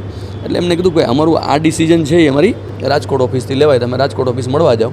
એટલે હું પાછો રાજકોટ આવ્યો, એમની ઓફિસમાં મળ્યો ઇન્ટરવ્યૂ માટે. મને યાદ છે અમારે રોબર્ટ વિલિયમ સાહેબ હતા, જેને હું પહેલી વાર મળ્યો ઇન્ટરવ્યૂમાં. અને જઈને બેઠો ને એના ટેબલ ઉપર એક માચીસ પડી હતી. મને કે આ માચીસ વેચીને બતાવ મને. હવે શું બોલ્યો એ મને અત્યારે યાદ નથી, પણ એને ગમી ગયું, જે વાત કરી હશે એને મજા આવી કે આ માણસ હાલશે. કાંઈ એવું હોઈ શકે, કાંઈ એમને વધારે માણસની જરૂર હતી એ ખબર નથી, પણ એમને મને કીધું તું આવી જા, પણ અત્યારે તારે ટ્રેનિંગ માટે રાજકોટ રહેવું પડશે, કારણ કે જામનગરમાં અમારી પાસે ટ્રેનિંગની વ્યવસ્થા નથી. એટલે રાજકોટમાં મેં અહીંયા મારી ટ્રેનિંગ સ્ટાર્ટ કરી. મને કે 1 મહિનાની ટ્રેનિંગ થશે. 1 મહિનો ટ્રેનિંગ સ્ટાર્ટ કરી. અને ભગવાનની દયાથી મને જેમની નીચે ટ્રેનિંગમાં મૂકેલો, રાજેશભાઈ જાની, રાજુભાઈ, બહુ જ મજાના માણસ. અમે તો જીવનમાં છે ને ઘણીવાર તમને સારા માણસો મળે ને તો તમારી દિશા સારી નક્કી થાય. અને જો એવા માણસો મળી જાય તો તમારી કરિયર ન પણ બને. એટલે મને ખબર નહોતી કે શું બનશે કરિયરમાં. એટલે સ્ટાર્ટ કરી એમની જોડે ટ્રેનિંગ. રોજ સવારમાં 50-100 ઘર નોક કરાવે અને સાંજે ત્યાં વેક્યુમ ક્લીનર, યુરેકા બોક્સની જોબ હતી, એટલે વેક્યુમ ક્લીનર. પ્રશાંતભાઈ ત્યાં જ મળ્યા ફર્સ્ટ ટાઈમ. હું વેક્યુમ ક્લીનરમાં હતો અને પ્રશાંત છે એકવાગાડમાં હતો. ત્યાં અમે પહેલી વાર મળ્યા. ત્યાંથી અમારી દોસ્તીની શરૂઆત થઈ. કે સાથે પછી, કારણ કે એને જોઈન્ટ કરેલું, મેં જોઈન્ટ કરેલું, બંને નવા હતા. બાકી સંઘર્ષનો સમય સ્ટાર્ટ થઈ હતી કેરિયર. અને એનું ભણવાનું ચાલુ હતું PDMમાં. અને મારે મેં પછી એક્સટર્નલ કરી નાખ્યું, તો એક્સટર્નલ મારું ભણવાનું ચાલુ હતું. અને વેક્યુમ ક્લીનર વેચવાના સ્ટાર્ટ કરી. એમાંથી સેલ્સ શીખવાની શરૂઆત થઈ. ત્યાં સુધી સેલ્સનો એસ પણ ખબર નહોતી. એટલે પછી હેલ્પલાઇન કરીને એક કંપની, જેમાં અત્યારનું જે જસ્ટ ડાયલ છે એવી કંપની, સરસ રીતે બધા તમને ફોન ઉપર વસ્તુઓની માહિતી મળી જાય ને એવી બધી કંપની. એટલે ત્યાંય પાછા હું ને પ્રશાંત ભેગા હતા અને ત્યાં અમે સરસ સેલ્સ કર્યું, ઘણું સરસ સેલ્સ કર્યું. ઇન્ડસ્ટ્રીમાં બહુ ફર્યા, એટલું બધું ફર્યા છીએ કે તમે કદાચ અમારા સ્કૂટરના કિલોમીટરના હિસાબ કરો તો એ કરોડોમાં આવે. તમે જેમ વ્યૂઝ કરોડોમાં જોવો તો એમ અમારા સ્કૂટરના કિલોમીટર સાહેબ સ્કૂટર રખડપટ્ટી એટલે ઘાટના પાણી. સૌરાષ્ટ્રનું કોઈ ગામ બાકી નથી સાહેબ. હીરો હોન્ડા સ્પ્લેન્ડર મારી પાસે એક હતું, એ 2 લાખ કિલોમીટર હાલેલું, પછી મેં વેચ્યું એ ચલાવતો હતો વર્ષો સુધી સાહેબ. એ હીરો હોન્ડા સ્પ્લેન્ડર રાજકોટથી મુંબઈ જઈ આવ્યું છે. એટલે પછી પતી ગયું એમાં. તમે વાપી, સુરત, મુંબઈ, ભાવનગર, કોઈ ગામ સૌરાષ્ટ્ર ગુજરાતનું બાકી નથી કે જ્યાં અમે સ્કૂટર લઈને ન ગયા. મજા આવતી હતી, કામ કરવાની મજા આવતી હતી, યંગ એજ હતી અને સરસ કામ કરતા હતા. બીજી ઘણી એડવર્ટાઇઝિંગ એજન્સીમાં કામ કર્યું. એમ કરતાં કરતાં અમારા એક મિત્ર મળ્યા કે ભાઈ હવે એક નવો જમાનો આવે છે ઇન્ટરનેટનો, એમાં આપણે કામ ચાલુ કરીએ. કીધું કાંઈ વાંધો નહીં. એટલે હું પ્રશાંત, બીજા 2 મિત્રો, અમે 4 લોકોએ મળી અને એક ઇન્ટરનેટ માટેની કંપની શરૂ કરી. હવે ઇન્ટરનેટની કંપનીની વાત કરું તો અમને પહેલાં તો ઇન્ટરનેટ શું એ ખબર નહોતી. એટલે મિત્ર અમને એક સાયબર કાફેમાં લઈ ગયા. એટલે અમને લઈ ગયા ત્યાં અને ઇન્ટરનેટ અમને બતાવ્યું સાયબર કાફેમાં આવી રીતે ઇન્ટરનેટ હોય. એટલે અમે કીધું સરસ, આ કામ કરાય, પણ શું કરાય ખબર નહીં.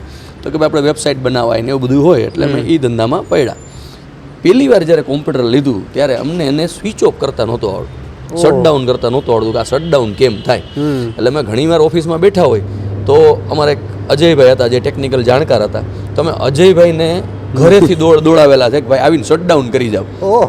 આ પરિસ્થિતિ સિચ્યુએશન ફોન નહોતા, કંઈ નહોતું નહીં. પણ તમે એ વખતે તે લેટેસ્ટ શું છે માર્કેટમાં, ટેકનોલોજી શું છે, એમાં તમને ઇન્ટરેસ્ટ પડ્યો બિઝનેસ કરવા? સાહેબ બહુ એક સરસ મજાની ઇન્ડિયન વ્યાપાર.com અમે વેબસાઇટ બનાવી હતી. જો એ વેબસાઇટ ચાલી હોત તો અત્યારના જે આ બધા ફ્લિપકાર્ટ ને એમેઝોન ને છે એ લેવલની હોત, કારણ કે એ બધા જન્મ્યા જ નહોતા. એ ટાઈમે અમે કર્યું હતું. એ ટાઈમે એ જમાનામાં અમે 250-300 વેબસાઇટ ટોપ ઇન્ડસ્ટ્રીને બિઝનેસમેન સૌરાષ્ટ્રના એમની બનાવી હતી. અને બહુ સરસ કામ હતું. અમે એ જમાનામાં અમને રાજકોટ એન્જિનિયરિંગ એસોસિએશનની વેબસાઇટનું કામ મળ્યું. ત્યારે નરેશભાઈ પટેલ પહેલાં હતા, પ્રમુખ હતા. અને પછી એમને વિશ્વાસ રાખ્યો અને ત્યારે સેક્રેટરીમાં ડીકે પટેલ સાહેબ હતા. એમને કીધું કે ભાઈ અમને આપો કામ. વેબસાઇટ કરતા હતા તો એમને કીધું અમારી એક ડિરેક્ટરી બનાવો. કોઈ જ અનુભવ નહીં, ન પેપરની ખબર પડે, ન પ્રિન્ટિંગની કાંઈ નહીં. અને એક ભરોસો રાખીને એમને કામ આપ્યું અને અમે પહેલી ડિરેક્ટરી રાજકોટ એન્જિનિયરિંગ એસોસિએશનની બનાવી. અને સારી રહી. પછી ચેમ્બર ઓફ કોમર્સનું કામ મળ્યું. હરેશભાઈ હોરા ત્યારે પ્રેસિડેન્ટ હતા. અને મને એક અનુભવ તમને કહું કે જીવનમાં તમને કહેવાય ને કે અર્લી સક્સેસ, એક સક્સેસનો પિરિયડ આવ્યો. સક્સેસનો પિરિયડ એટલે એવો કે 2001-2ની આસપાસ રાજકોટ ચેમ્બર ઓફ કોમર્સે ઇમર્જિંગ બિઝનેસમેન તરીકેના 2 એવોર્ડ આપ્યા. એક એવોર્ડ મને અને પ્રશાંતને અમને આપ્યો, આજે ડિરેક્ટરીને બધું અમે કામ કરતા એના માટે. અને એક એવોર્ડ ત્યારે જ્યોતિ સીએનસી વાળા પરાક્રમસિંહ જાડેજાને મળેલો. અમે સાથે સ્ટેજ ઉપર એવોર્ડ લેવા ગયેલા. ઓહો, અને ઉંમર 21-22 વર્ષની ઉંમર ને 21-22 મોટો એવોર્ડ એમ ઈ વખતે. અને ત્યારે બાપુની એ શરૂઆત હતી, એમને જે જ્યોતિ બહુ નાના લેવલે હતું. એટલે આ અમારી જર્ની. પછી તો અમે અહીંયાથી બહાર નીકળ્યા અને અમે સુરતની સાઉથ ગુજરાત ચેમ્બર ઓફ કોમર્સની ડિરેક્ટરી બનાવી, અમદાવાદમાં વટવાની ડિરેક્ટરી બનાવી, જામનગર ચેમ્બર ઓફ કોમર્સ છે. પછી અમને પુણેનું પિંપરી ચિંચવડનું એનું કામ મળેલું, સેલવાસની ડિરેક્ટરી બનાવી, ઘણી બધી. અને લગભગ 7 સિટીમાં અમારી ઓફિસીસ હતી. અને હાર્ડવર્ક એટલે સંઘર્ષની જેમ પ્રશાંતે વાત કરીને એક સંઘર્ષનો તમને એક એક્ઝામ્પલ દઉં. અમારે વાપી ઇન્ડસ્ટ્રીયલ એસોસિએશનનું કામ, એની મિટિંગ માટે જવાનું. સુરતથી અમે નીકળ્યા, હું ને મારી સાથે અમારા એક સાહેબ હતા બીજા, અમારા કંપનીમાં જ કામ કરતા હતા, શેઠી સાહેબ. અમે બંને જણા સુરત પહોંચી ગયા સવારે. રાત્રે અહીંથી બસમાં સૂઈ જવાનું સ્લીપરમાં, રાજકોટથી ઉપડે સવારે સુરત ઉતરો. સવારે સુરત ઉતરી અને ફ્રેશ થઈ ગયા ગેસ્ટ હાઉસમાં અને રેડી થઈને સ્ટેશન પર આવી ગયા અને ટ્રેન પકડી. ટ્રેન પકડા પછી ખબર પડી કે આ ટ્રેન વાપી જતી નથી. કારણ કે નોર્મલી આપણે શું હોય કે આ બાજુ જેટલી જતી હોય એટલી વાપી અને મુંબઈ તો જાય જ, વાપી તો જાતી જ હોય. અમને ખબર પડી કે આ નવજીવન એક્સપ્રેસ છે ને સીધી ચેન્નાઈ જાય. અને આનો 3.5 કલાક પહેલાં કોઈ હોલ્ટય નથી, સ્ટોપય નથી. એમ એમાં પહેલો સ્ટોપય નંદુરબાર આવશે. તો હવે કરવાનું શું? અમારી પાસે 5 બેગ ચડી ગયા હતા. પછી આજુબાજુમાં પૂછ્યું તો કોઈ એવું કીધું આગળ જતાં એક સિગ્નલ આવે છે, ત્યાં ઊભી રહેશે અથવા તો ધીમી પડશે. એટલે અમે રિસ્ક લેવા માટે દરવાજે ઊભા રહી ગયા સાહેબ. અને તે દિવસે અનફોર્ચ્યુનેટલી સિગ્નલ બંધ નહોતું થયું, એટલે ધીમી પડી હતી ગાડી સાહેબ. એ 10-20ની સ્પીડ હશે ગાડીની. પ્લેટફોર્મ ઉપર ઉતરવું સહેલું છે 10-20ની સ્પીડે. નીચે વચ્ચે 5 બેગ સાથે ઉતર્યા, ભગવાનની દયાથી બચી ગયા. અને કારણ કે અમારે ટાઈમ સાહસ કરી નાખ્યું, કારણ કે પહોંચવું હતું ત્યાં. મિટિંગ અમારે મિસ કરવી નહોતી. અને પછી ઉતરાય તો પ્લેટફોર્મ તો હતું નહીં, ગામ તો હતું નહીં. વચ્ચોવચ ઉતરેલા, હાલીને ફાટક સુધી ગયા, ત્યાંથી એક ઓટો રિક્ષા મળી. ઓટો રિક્ષાવાળાને કીધું સ્ટેશન, તો કે આજુબાજુમાં હવે સ્ટેશન નથી પણ તમને હાઈવે પહોંચાડું, ત્યાંથી ટ્રક મળી જશે. ત્યાંથી ટ્રકમાં બેઠા અને પછી ટ્રકમાંથી આગળ ગયા એટલે અમને ખબર પડી કે આ ટ્રક જે સ્પીડે હાલે છે એ સ્પીડે ટાઈમે વાપી પહોંચશું. પછી અમારા એક સુરત ઓફિસવાળા ભાઈને ફોન કર્યો કે ભાઈ તમે આવો. ફટાફટ બાઇક લઈને આવ્યા, ચીખલી પહોંચે છે, એની પાસેથી બાઇક લીધી, એને ટ્રકમાં ચડાવી દીધા તું આવ નિરાતે. અને બાઇકને અમે લોકો 80-90ની સ્પીડે લઈ અને વાપી સમયસર મિટિંગમાં પહોંચ્યા તો ખબર પડી કે 20 જણાએ ટેન્ડર ભરેલા અને 20માં અમે 20મા નંબરે હતા. 20 પાર્ટી જે આ ટેન્ડરમાં છેલ્લા હતા. અને પછી અમારી આવડત, લડત, મહેનત, અમારું કામ આ બધું કરતાં કરતાં ઘણી બધી અમે 3-4 દિવસ અહીંયા રોકાણા, 3-4 વખત અલગ અલગ મિટિંગો થઈ અને ફાઇનલી કામ અમને મળ્યું ત્યાં. અને ત્યાં એવા મહારથીઓ હતા, વાત પૂછોમાં, એની સામે એ કામ લઈ આવું ચેલેન્જ હતી. એટલે આ અમારો એટીટ્યૂડ રહ્યો, ગો ગેટર એટીટ્યૂડથી મેં પ્રશાંત અમે લોકોએ વર્ષો સુધી કામ કર્યું અને રિઝલ્ટ ગમે એ પરિસ્થિતિ હોય અનુકૂળ થઈ અને એનું સોલ્યુશન લાવી. યસ. અને 2005માં સાહેબ અમારું 1 કરોડ રૂપિયાનું ટર્નઓવર હતું 2005માં. 70 જણનો સ્ટાફ અને 7 થી 8 જગ્યાએ ઓફિસીસ. આ કન્ડિશન અને 2006માં આખી કંપની બેંકરપ્ટ, ઝીરો નહીં, માઇનસ. સાહેબ અમે લોકો કંપની બંધ કરી ત્યારે ભાગ પાડ્યો દેણાનો. જનરલી માણસો કંપની વેચે કે કાંઈ પણ હોય તો નફાનો ભાગ કરે, અમે દેણાનો ભાગ કર્યો કે ભાઈ આટલા તમારા ભાગે આવશે. અને 10-15 લાખ રૂપિયાનું દેણું લઈને અમે નીકળી ગયા. કરવાનું શું, દેણું પાછી નોકરી ગોતવાની શરૂ. અને ઇન્સ્યોરન્સ કંપનીમાં નોકરી મળી.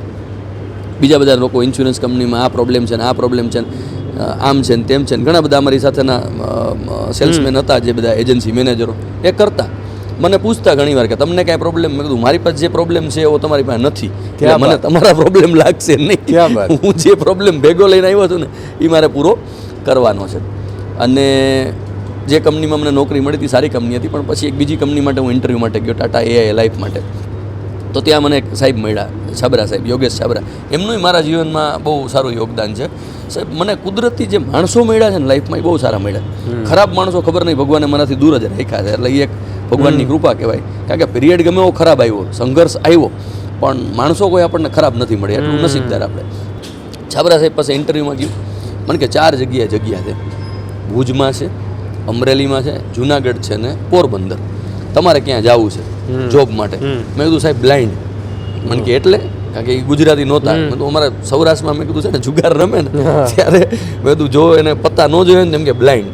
એટલે મેં કીધું તમને જ્યાં ઠીક લાગી મારે કામ કરવાનું થાય છે. ક્યાં બાત. મારી પરિસ્થિતિ જયરાજભાઈ એવી હતી કે મેં ત્યારે જુનાગઢ એટલું ડિટેલમાં હું નહોતો જાણતો, અમરેલી કે ભુજ કે પોરબંદર. મારા માટે જ્યાં જાવ ત્યાં એકડો જ ઘૂંટવાનો હતો. અને એને મને ઓકે કર્યું. ઉપર કંપનીમાં એને મારા કાગળિયા મોકલા અને પછી ત્યાંથી લેટર આવ્યો ત્યારે મને પાછો બોલાવ્યો. એને મારી મજાક કરી, મને કે બોલી કે આમાં શું નીકળ્યું હશે, મેં નથી જોયું. એને તો ખબર હોય ક્યાં આપ્યું છે. મેં કીધું સાહેબ જે નીકળે. મને કે પાક્કું હજી આજ મોઢા ઉપર છો? મેં કીધું હા, જે નીકળે અહીંયા જવા તૈયાર છું. પછી એને લેટર ખોલ્યો ને મને કે પોરબંદર જઈશ? મેં કીધું હા. મને કે ગયો છો કોઈ દિવસ? ના. મેં કીધું એકવાર લગ્નમાં ગયો હતો, એનાથી વિશેષ ખબર જોયું નથી પણ કામ કરી લેશું. મને કે ત્યાં બ્રાન્ચ નથી, માણસો નથી, બધું ઊભું થઈ જશે સાહેબ. અને સાહેબ એઝ યુઝ્યુઅલ આદત મુજબ બાઇક લઈને પોરબંદર નીકળી ગયો. પોરબંદર જઈ અમને કંપની હોટલ આપે, હોટલમાં રોકાણો અને નીચે ઉતરો. પહેલા દિવસે પહોંચીને ફ્રેશ થઈને બીજે દિવસે નીચે ઉતરી સવારે અને મેં એક સિક્કો કાઢીને ઉછાળ્યો કે ડાબી બાજુ જાઉં કે જમણી બાજુ, આટલું જ. ચાલુ કરવું છે ક્યાંથી કરવું, લેફ્ટથી કરવું કે રાઇટથી? અને સાહેબ લિટરલી મેં એક દુકાન ને એક ઘરને નોક કરવાના ચાલુ કર્યા. મને ખબર પડી કે ભાઈ પોસ્ટ ઓફિસ છે અહીંયા પોરબંદરમાં, ત્યાં બધા એજન્ટ ભેગા થાય. સાહેબ પોસ્ટ ઓફિસના બાકડે જઈને પોસ્ટ ઓફિસ ખુલે એની પહેલાં બેસી જતો. અને પોરબંદર બ્રાન્ચથી મેં સાહેબ અમદાવાદ જેવી બ્રાન્ચોને, સુરત જેવી બ્રાન્ચોને હરાવેલી છે. એકમાત્ર ઇન્ડિયામાં બ્રાન્ચ હતી પોરબંદર કે જેને LICને પોરબંદરમાં બીટ કરી હોય. એટલે આવું સરસ કામ કર્યું. હું ગયો ત્યારે હું એક માણસ હતો અને જ્યારે હું પોરબંદર છોડી નીકળ્યો ત્યારે 450 એજન્ટ પ્લસ બીજા લીડરો અને મેનેજરોની ટીમ સાથે. અને મારા એક મિત્ર છે હિરેનભાઈ જોશી, મારી આ ટ્રેનિંગમાં હતા. એ મને કહેતા કે વિજય તું કે નોકરી ધંધાની જેમ કરે છે. ક્યાં બાત. મનમાં કીધું માં હું ધંધો જ કરતો. અને પછી મને એક દિવસ મારા જે સાહેબ હતા અક્ષયભાઈ, એમનો ફોન આવ્યો. મને કે ભાઈ રાજકોટમાં જગ્યા પડી છે, રાજકોટ ને પોરબંદર બે, રાજકોટથી હેન્ડલ કરવું છે તારે? મેં કીધું હા. હું રાજકોટ આવી ગયો. મીનવાઇલ પ્રશાંત અમે વચ્ચે થોડો સમય છૂટા પડેલા. મિત્રો તો હતા જ પણ કંપનીઓ અલગ અલગ હતી. તો મારે ત્યાં ઇન્ટરવ્યુમાં જગ્યા હતી, મને કે તારે ત્યાં આવું, મેં તો આવી જ જા. તો અમે બે સાથે કામ ચાલુ કર્યું. ત્યાં તમે પાછા બોસ પાછા ભેગા થઈ ગયા. હા, ત્યાં બોસ હતા, બોસ તો ખાલી ચોપડા ઉપર હતા, બાકી તો મિત્રો જ હતા. એટલે પણ અઘરું છે, તમારા મિત્રનું બોસ રહેવું ને બહુ અઘરું છે. ક્યાં બાત એમાં તમારી મર્યાદા. સાચી વાત છે. એટલે એને અઘરું પડે સામે. પછી અમે લોકો સરસ કામ કરતા હતા, એમાં કોઈ પ્રોબ્લેમ નહોતો, લાઈફ સેટ હતી. પણ લાઈફ સેટ હોય ને ત્યારે તમને કાંઈક કીડો હું છે. એટલે અમારી અંદર ઓલો પાછો જે બિઝનેસમેનનો આત્મા હતો ને એ જાગ્યો. આ તો બહુ દેણું ચૂકવાઈ ગયું, માન જામ્યું હતું બધું પ્રોપર. એટલે એ દેણું હોત તો નો ખેલ કરે, પણ દેણું પૂરું થઈ ગયું. એટલે કીધું હવે કંઈક ખેલ કરીએ. એટલે અમે બંને જણા, અમારી એક બહુ ફેવરિટ જગ્યા છે, મોટલ ધ વિલેજ છે, એની બહાર એક ટપરી છે ચાની, ત્યાં અમે બેસતા. અને દર રવિવારે જવાનું, આમ તો સોમથી શનિ વર્ક હોય, અને રવિવારે અડધો દિવસ અમે સવારે ત્યાં પહોંચી જાય, ત્યાં બેસી અને ધંધા માટેની વાતો કરીએ, શું ધંધો કરવો. 6 મહિના આવું ચાલ્યું. અને એમાં અલગ અલગ કેટલાય બધા ધંધા, એડવર્ટાઇઝિંગ એજન્સી કરવી, ઇન્વેસ્ટમેન્ટનું કામકાજ કરવું, લોનનું કામકાજ, કારણ કે અમે ઇન્સ્યોરન્સ બેકગ્રાઉન્ડમાંથી હતા એટલે ઇન્સ્યોરન્સનું કામકાજ કરીએ, લોનનું કામકાજ કરીએ. ફૂડ આઇટમમાં અમુક એક મુંબઈની ફેમસ સેન્ડવિચનું અહીંયા લઈ આવવાનું પ્લાન કર્યો. પછી ફેક્ટરી નાખીએ, નોન વુમન બેગની ફેક્ટરી. અને આ બધા કામમાં પાછા અમે ફેક્ટરીના મશીનરી જોઈ હોય, બધું એમ તળિયે વયા ગયા. પણ એક આમ ક્લિક નહોતું થતું, મજા નહોતી આવતી કે ભાઈ એવું કંઈક કરીએ. પછી અમે લોકો એવા ઉપર આવ્યા કે ભાઈ એવું કંઈક કામ કરીએ હવે કે જેમાં આપણે સમાજને કંઈક કોન્ટ્રીબ્યુટ કરી શકીએ, સમાજમાં કંઈક બદલાવ લાવી શકીએ, પોઝિટિવ ટ્રાન્સફોર્મેશન લાવી શકીએ. તો પછી અમને વિચાર આવ્યો કે એજ્યુકેશન ફિલ્ડમાં અમે આવીએ. અને 4 ડિસેમ્બર 2012 UMIની સ્થાપના કરી. અને શરૂ કર્યું ત્યારે ખબર નહોતી કે અમે શું શું કરશું. પણ ઓલા છે ને કોરોનાના ઓલા વાયરસ જેવું એનું મ્યુટેશન બદલતા ગયા. બિલકુલ પ્રશાંતભાઈ જ કીધું. હા, એટલે એ બસ અમે ધીરે ધીરે અમે એક શરૂઆત કરી હતી એક DMIT ટેસ્ટથી. પછી વેદિક મેથ્સ, હેન્ડરાઇટિંગ, પ્રી સ્કૂલ બહુ સરસ મજાની અમારી ચાલે છે, હેન્ડરાઇટિંગ ઇમ્પ્રુવમેન્ટ પ્રોગ્રામ્સ અહીંયા ચાલે છે, ક્લાસીસ અમે સરસ કરાવીએ છીએ બાળકોને. કારણ કે શું છે કે આજનો એક નીડ થઈ ગઈ છે કે ભાઈ સ્કૂલમાં બાળક જાય છે પણ છતાંય દેખાદેખી કયો કે નીડ કયો કે ક્યાંક કંઈક ગેપ રહી જતો હોય સ્કૂલનો, તો બાળકોને બધાને ટ્યુશનમાં જવું જ છે. તો ટ્યુશનમાં એવું શું આપી શકીએ આપણે કે જેનાથી બાળકને એક ફેઇથ આવે અને એક રિઝલ્ટ આવે. તો રિઝલ્ટ ઓરિએન્ટેડ કામ કરવા માટે સ્કૂલ વાઇઝ બેચીસ સ્ટાર્ટ કરી, ક્વોલિટી ટીચર્સની ટીમ, સાહેબ અત્યારે 23થી વધારે ટીચર્સની ટીમ UMI સાથે કામ કરે છે. અને રેપ્યુટેડ સ્કૂલ્સ રાજકોટની જે છે એમાંથી બધા ટીચર્સ આવે છે અને સરસ રીતે આપણું કામ અહીંયા ચાલે છે. બાળકોને રિઝલ્ટ અમે ગેરંટીડ આપીએ છીએ. બાળક અમને આપી જાઓ, એનું ઇમ્પ્રુવમેન્ટ ગેરંટીડ. અમારું બ્રાન્ડ પ્રોમિસ જે છે ને એ ઇમ્પ્રુવમેન્ટ ગેરંટીડ છે કે ભાઈ બાળક તમે જે લેવલે આપશો એનાથી એક લેવલ અપ કરીને આપશું, એ અમારી જવાબદારી, જે પણ લેવલે આવશે. તો આ બધું અમે કરીએ છીએ. અને સાથે સાથે પ્રશાંતનો એક શોખનો વિષય હતો ટ્રેકિંગ. તો 1995માં એને 1-2 ટ્રેક કર્યા હતા, એ પછી એ બી કરેલા. તો વાતમાંથી વાત થઈ તો મને કે હાલો ને એક અખતરો કરીએ. એટલે અમે લગભગ 2013-14માં એક નાનકડો એવો સાસણનો એક ટ્રેક કર્યો, કેમ્પ કર્યો, જે કયો એનું નામ તમે ટ્રીપ આપી શકો, કારણ કે અમને ખુદને ખબર નહોતી કે આને કેમ્પ કહેવાય, ટ્રેક કહેવાય, ટ્રીપ કહેવાય. પણ બાળકોને લઈને જાવ, એને મજા કરાવી હતી, એને કંઈક કરાવો, એક્સપ્લોર કરાવો. હિસાબ કિતાબ આવડતો નહોતો જાજો, એટલે પેલો જે કેમ્પ કર્યો એમાં અમને જ્યાં સુધી આઈડિયા ત્યાં સુધી બહુ કાંઈ વધેલું નહીં, પણ થઈ ગયું. થઈ ગયા પછી એવી ડિમાન્ડ આવી કે ભાઈ તરત જ અમારે બીજો 1 જ મહિનામાં બીજો કેમ્પ લોન્ચ કરવો પડ્યો. અને પછી ડિમાન્ડ વધી કે ભાઈ અમને ક્યાંક આગે લઈ જાઓ, બાળકોની પેરેન્ટની, ભાઈ તમે આવું સરસ કામ કરો છો અને આટલું પર્સનલી કેર કરો છો તો ક્યાંક લઈ જાઓ. અને પહેલો ટ્રેક અમે લોન્ચ કર્યો મનાલીનો. અને એમાંય સાહેબ 95 છોકરા થયા. અમારે 10 ટીચર લઈ જવા પડ્યા, ટ્રેનમાં લઈ ગયા તમે પહેલી વાર. પછી અમને ત્યારે ખ્યાલ આવ્યો કે ભાઈ ઓકે, થોડુંક ક્વોલિટી ઇમ્પ્રૂવ કરવી હોય તો થોડીક ક્વોન્ટિટી ઘટાડી. એટલે 95 બાળકોથી પછી અમે એને રિડ્યુસ કરીને 75 લઈ આવ્યા, 60 લાવ્યા. પછી અત્યારે અમે 50ની આસપાસનું ગ્રુપ જનરલી કરીએ છીએ બાળકોનું. આ રીતે આખું અમે કરીએ છીએ. પણ ટ્રેકિંગમાં અમે પહેલું તો 1-2 કરી નાખ્યા, પણ પછી અમે બેઠા શાંતિથી કે ભાઈ ટ્રેકિંગમાં મા બાપના શું કન્સર્ન હોય અને એવું શું કરવું જોઈએ. એટલે અમે એક આખું લિસ્ટ ડાઉન કર્યું અને સાહેબ એને અમે નામ આપ્યું છે ટ્રેકિંગ ગીતા. અમારી ટ્રેકિંગ ગીતા છે ને એ અમારા કોઈથી ઉપર છે, એને બીટ કરવાનો હક અમને કોઈ નથી. અમારી આખી કંપનીને ફોલો કરવાનું, એ જ ફોલો કરવાનું. એ જે અમારી ગીતા છે એમાં અમે ઘણી બધી વસ્તુઓ બનાવી. એમાં પહેલી વસ્તુ એ છે કે કલ્ચર અને સેફ્ટીમાં ધંધો બંધ કરી દેવો પડે તો કરી દેશું, પણ બાંધછોડ નહીં કરીએ. વાહ. કલ્ચર માટે સાહેબ પેરેન્ટને મળવાનું, બાળકોને મળવાનું, ફિલ્ટર મારીને લઈ જવાના બાળકો. આપણે કોઈ પેરેન્ટ કે બાળકો વાળે વાંધો નથી, જે છે એ સારા જ છે બધા. પણ મારે ત્યાં જે 50 બાળકો આવે છે એમાં હું એક નબળી કેરી લઈ જઈશ તો 49 ડિસ્ટર્બ થશે. આ નથી થવા દેવું. મને 50મી કેરી એમાંય વાંધો નથી, પણ એને હું લઈ જાઉં અને મારા બીજા બાળકો ડિસ્ટર્બ થાય. ખાસ કરીને મારે ત્યાં દીકરીઓ મા બાપ મોકલે. સાહેબ 7-7, 8-8 વર્ષની દીકરી સગા ભેગી ન મોકલી હોય, અમારી ભેગી મોકલે છે. તો એ કેવડો મોટો ટ્રસ્ટ. અને એ ગુજરાત બહાર આવી જગ્યાએ ટ્રેક ઉપર ક્યાંક તમે લઈને જતા હો, ત્યાં એ દીકરી નાનકડી તમને એ સોંપી દે પેરેન્ટ્સ. પેટનું પાણી ન લે મા બાપનું, આંખ વીંચીને મોકલે છે. અને દર સિઝનમાં, સમરમાં અમે સિઝન કે આમ તો આખું વર્ષ અમારું 7મ 8મમાં કેમ્પ્સ હોય, દિવાળીમાં હોય, પછી સમરમાં હોય. તો સમરમાં ઓન એન એવરેજ 500 બાળકો જતા હોય. 500માં 300, 350, 250 એવી દીકરીઓ હોય છે. અને મા બાપ મુંબઈ, છત્તીસગઢ, સાહેબ રાયપુરથી દીકરી અહીંયા મોકલે એવા દાખલા છે. હવે વિચારો એનો રાયપુરથી રાજકોટ આવવાનો ખર્ચો કેવડો થાય. બેંગ્લોરથી બાળકો આવે છે, હૈદરાબાદથી બાળક આવેલું છે મારી જોડે, પુણેથી આવેલા છે. હું સૌરાષ્ટ્ર ગુજરાતની તો વાત જ નથી કરતો, સુરત સુધીના બાળકો તો ઢગલો આવે છે. સમગ્ર ભારતમાંથી બધા ભારતમાંથી આવે છે. કારણ કે પણ એવું સોરી વચ્ચે ઇન્ટરપ્ટ કરું છું, એવું શું છે વિજયભાઈ કે વાલીઓનો એટલો વિશ્વાસ છે કે ભાઈ વિજયભાઈ ને પ્રશાંતભાઈ છે એની પાસે છોકરાને મોકલવું છે, એની હારે ટ્રેકમાં મોકલવું છે, કેમ્પમાં મોકલવું છે, અમારા બાળકને સોંપી દેવું છે, એવું શું છે? એટલે મેં તમને જેમ કીધું એમ કે ભાઈ જે ટ્રેકિંગ ગીતા બનાવી છે અમારી, એ ટ્રેકિંગ ગીતા જ એનો આધાર છે જે અમને બધાને ડ્રાઈવ કરે છે. ટ્રેકિંગ ગીતામાં શું છે તો કોઈ કલ્ચરમાં બાંધછોડ નહીં, સેફટીમાં બાંધછોડ નહીં. સેફટી માટે અમે એટલા બધા ધારાધોરણ સ્ટ્રિક્ટ રાખેલા છે કે ભાઈ દર 10 બાળક એક ટીચર જોઈએ, દીકરી હોય તેના ઉપર ફિમેલ ટીચર જોઈએ.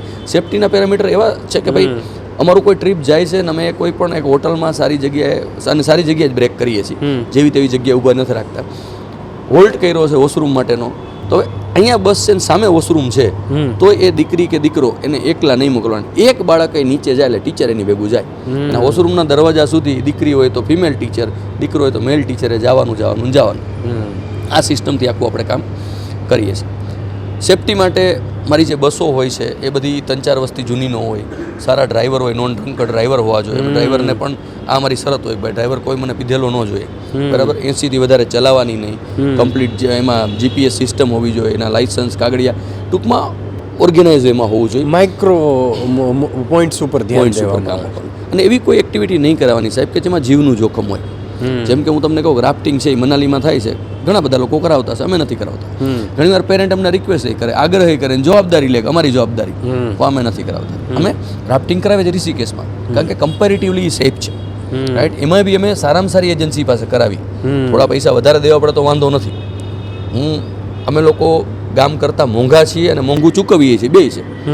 સારી જગ્યાએ રહેવા માટે, સારું ખવડાવવા માટે, સારી ક્વોલિટી, સારી સર્વિસીસ માટે ગામ કરતાં અમારે વધારે ચૂકવીએ છીએ અને લઈએ પણ છીએ, બે છે. તો સાહેબ એક રાફ્ટિંગ અમે ઋષિકેશમાં કરાવીએ ને તો એમાંય 1.5 કલાકની ટ્રેનિંગ હોય બાળકોને. એમને નહીં કે સીધા રાફ્ટમાં બેસાડી દીધા. એને જે જેકેટ પહેરાવીએ એ આખું લોક ચાર લોક થાય એની અંદર, આખું અનસિંકેબલ જેકેટ હોય.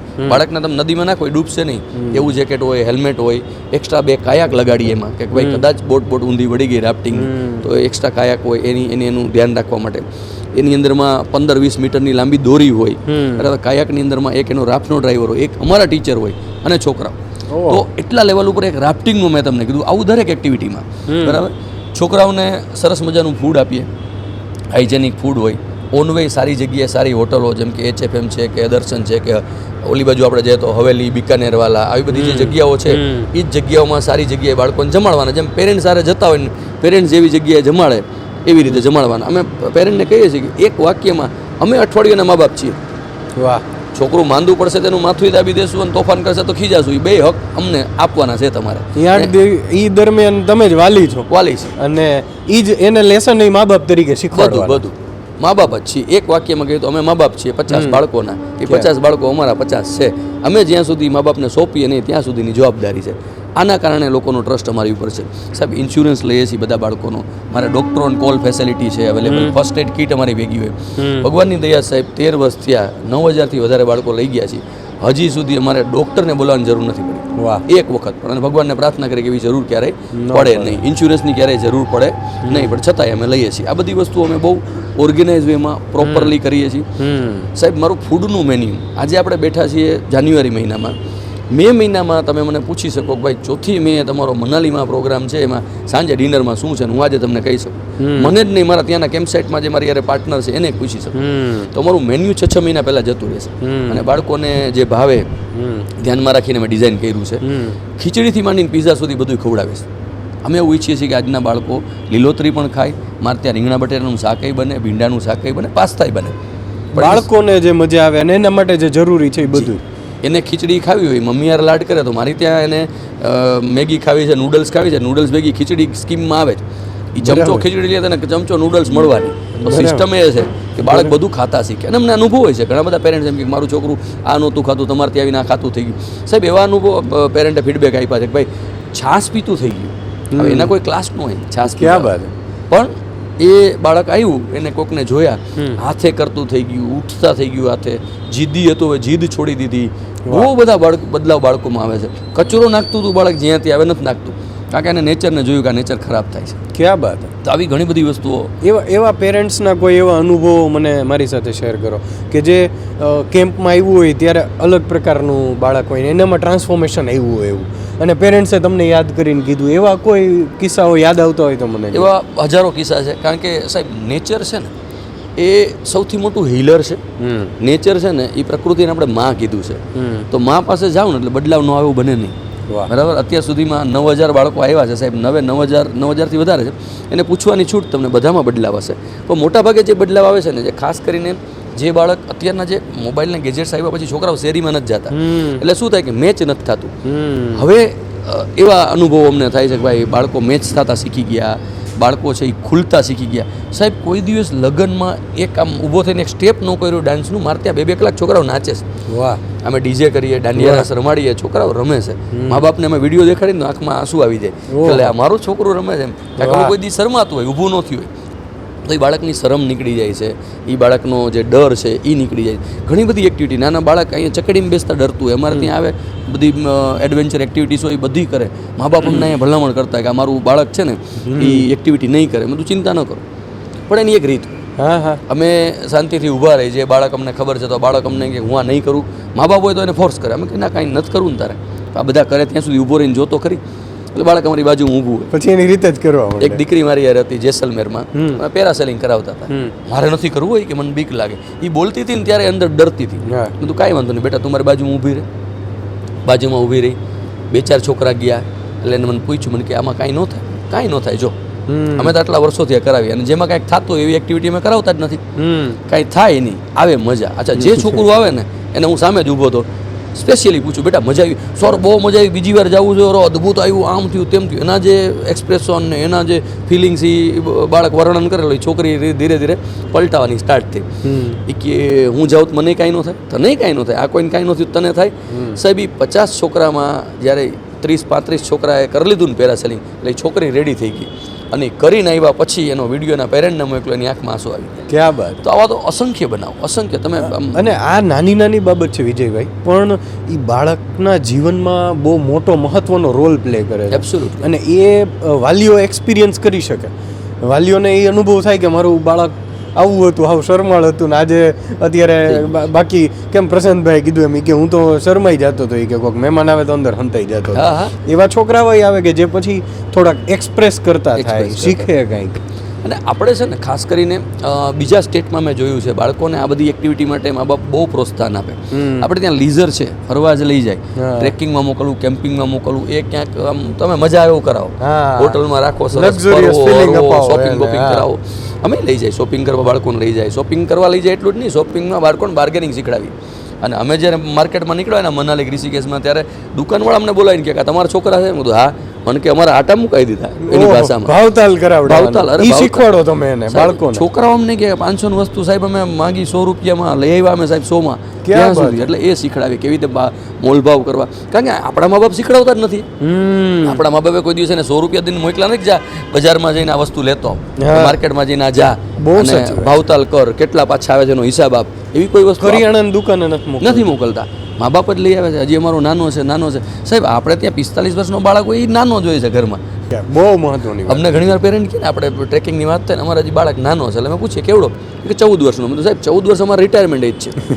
અમારે બાળક 7 વર્ષે ચાલુ થઈ ગયું, 14 વર્ષે અમારા બધા કેમ્પ પૂરા થઈ ગયા હોય, એને અમે છૂટું મૂકી દઈએ છીએ. એટલે આવી બધી વસ્તુઓ છે. અને ભરોસાની વાત કરું સાહેબ, આ બધા જે મેં ફોલો કરીએ છીએ અમારા પેરામીટર્સ, એના કારણે અચ્છા અહીંયાથી તો મારા ટીચરો ગયા જ હોય, 2 ટીચર મારા ત્યાં ના હોય, જે એક્ટિવિટી કરાવે. એક્ટિવિટી કરાવનાર છે એ પ્યોરલી માઉન્ટેનિંગ ઇન્સ્ટિટ્યૂટ જે હોય એના એક્સપર્ટ જ હોય, અને સર્ટિફિકેશન ડિપ્લોમા કરેલા માણસો હોય, મેલ અને ફિમેલ, જે પ્યોરલી ટ્રેનિંગ આપે વિથ સેફ્ટી હાર્નેસ, હેલ્મેટ, એની જે જરૂરી સ્ટાન્ડર્ડ્સ હોય એ સ્ટાન્ડર્ડમાં ક્યાંય બાંધછોડ નહીં કરવાની, બધી SOP ફોલો કરવાની 100%. સરકારની કંઈ SOP હોય કે એ જે તે એસોસિએશનની હોય અથવા જે તે એક્ટિવિટીની હોય, એમાં કોઈનું ન ચાલે, બાળકનું કે પેરેન્ટનું કે અમારું કે ટીચરનું કોઈનું નહીં ચાલે, એને ફોલો કરવાની. એ ઇન્સ્ટ્રક્ટર એમ કહે કે અહીંયા દોરડું બાંધવાનું એટલે બાંધવાનું જ, આ હાથમાં પકડવાનું એટલે પકડવાનું, આ મોજું પહેરવાનું એટલે પહેરવાનું જ, દરેક બાળકે ને મારા ટીચરે. તો આ બધી વસ્તુઓને અમે ફોલો કરીએ છીએ. પ્યોર વેજ ફૂડ આપીએ છીએ, નોન વેજ આપતા જ નથી. કારણ કે પ્રકૃતિ પાસે જાઓ છો તો પછી તમારે પ્રકૃતિના દરેક જીવ જંતુને પણ એટલો જ રિસ્પેક્ટ આપવો જોઈએ. એટલે પ્યોર વેજ ફૂડ અમારા દરેક કેમ્પમાં હોય, મેન્યુ અહીંયાથી જ મોકલેલું હોય, બાળકોને મજા આવ્યો હોય. સાહેબ અમે એક કેમ્પ પૂરો કરેલે 70-80 આઈટમ બાળકે ખાધી હોય, અલગ અલગ બધું જ ખાધું હોય ને, અલગ અલગ મીઠાઈ, ફરસાણ, બધું જ આપીએ બાળકોને. સવારે બ્રેકફાસ્ટ, બપોરે લંચ, સાંજે નાસ્તો, રાત્રે ડિનર, 4 ટાઈમ સરસ મજાનું ફૂડ હોય, બાળકોને મજા કરાવીએ. અને પ્લસ અમે લોકો એજ્યુકેશન ફિલ્ડથી છીએ એટલે એને રમાડતા એને એક્ટિવિટી કરાવતા કેમ લર્નિંગ આપવું એ અમને ખબર છે. એટલે અમે ત્યાં એક્ટિવિટી પણ એવી ડિઝાઇન કરાવી જે અમારી ટીમ બિલ્ડિંગ એક્ટિવિટી હોય, ફ્રી ટાઈમ હોય, જ્યાં પણ લઈ જાય ત્યાંનું કલ્ચર. એટલે માની લો કે મનાલી લઈ ગયો હોય તો ત્યાંના કલ્ચરલ ડાન્સ છે, જેસલમેર લઈ ગયો હોય તો ત્યાંના જે બધા કિલ્લાઓ છે, જે ડેઝર્ટની વાતો છે, રણની, એ બધી કરવાની. ત્યાંના ક્યુઝિન, આજે ભાઈ ત્યાં ગયા હોય તો એને દાલ બાટી ખવડાવવાની, સંસ્કૃતિ શું છે એનાથી પરિચિત કરાવવાનો. એટલે દાલ બાટી છે, કેર સાંગરી છે, આ બધું જે ચૂરમું છે, આ બધું બાળકો ત્યાં લઈ જઈને એના ઓથેન્ટિક ટેસ્ટમાં ખવડાવીએ, ત્યાંના લોકોને મળાવીએ. બાળક આજે જઈને પહાડમાં જે બાળક ત્યાં રમતું હોય, આજુબાજુનું જે ગામ હોય, વિલેજ, એની વિલેજ વિઝિટ માટે લઈ જાય, એના લોકો હારે કન્વર્ઝેશન કરે, એને ખબર પડે કે આપણને કેટલી ફેસિલિટી રાજકોટમાં બેઠા મળી છે, આ લોકોના જીવન કેવા છે. કે આ લોકોના ઘણીવાર તો અમે અમુક ટ્રીપો એવી જગ્યાએ કરતા હોય જ્યાં 4 મહિને જ ખુલ્લું હોય, સાહેબ 8 મહિના એ લોકો બંધ હોય. કેવી લાઈફ, બરફ પડે, ઠંડી હોય, માઇનસમાં, એના જીવન જ્યારે જોવે ને ત્યારે એને રિયાલિટી સમજાય. એ લોકોના બાળકોની પરિસ્થિતિ, એ લોકોનું જે કેવી સિચ્યુએશનમાં સર્વાઈવ કરે છે. પ્લસ એ જોવે કે આ પરિસ્થિતિમાં એ લોકો આટલા ખુશ ને તંદુરસ્ત છે, એટલે નહીં સમજાય કે મોબાઈલ ગેજેટ્સ કે આજે બહારના જંક ફૂડ કે છે ને એ જીવન નથી, એમ આ જ જીવન છે. તો બાળકમાં પરિવર્તન ઘણા બધા લેવલે આવ્યા છે. અને મા બાપના ટ્રસ્ટની વાત કરું સાહેબ, અમે હમણાં મે મહિનામાં લેહ હતા, ઓપરેશન સિંદૂર જ્યારે બની ઘટના ત્યારે અમે લેહમાં હતા.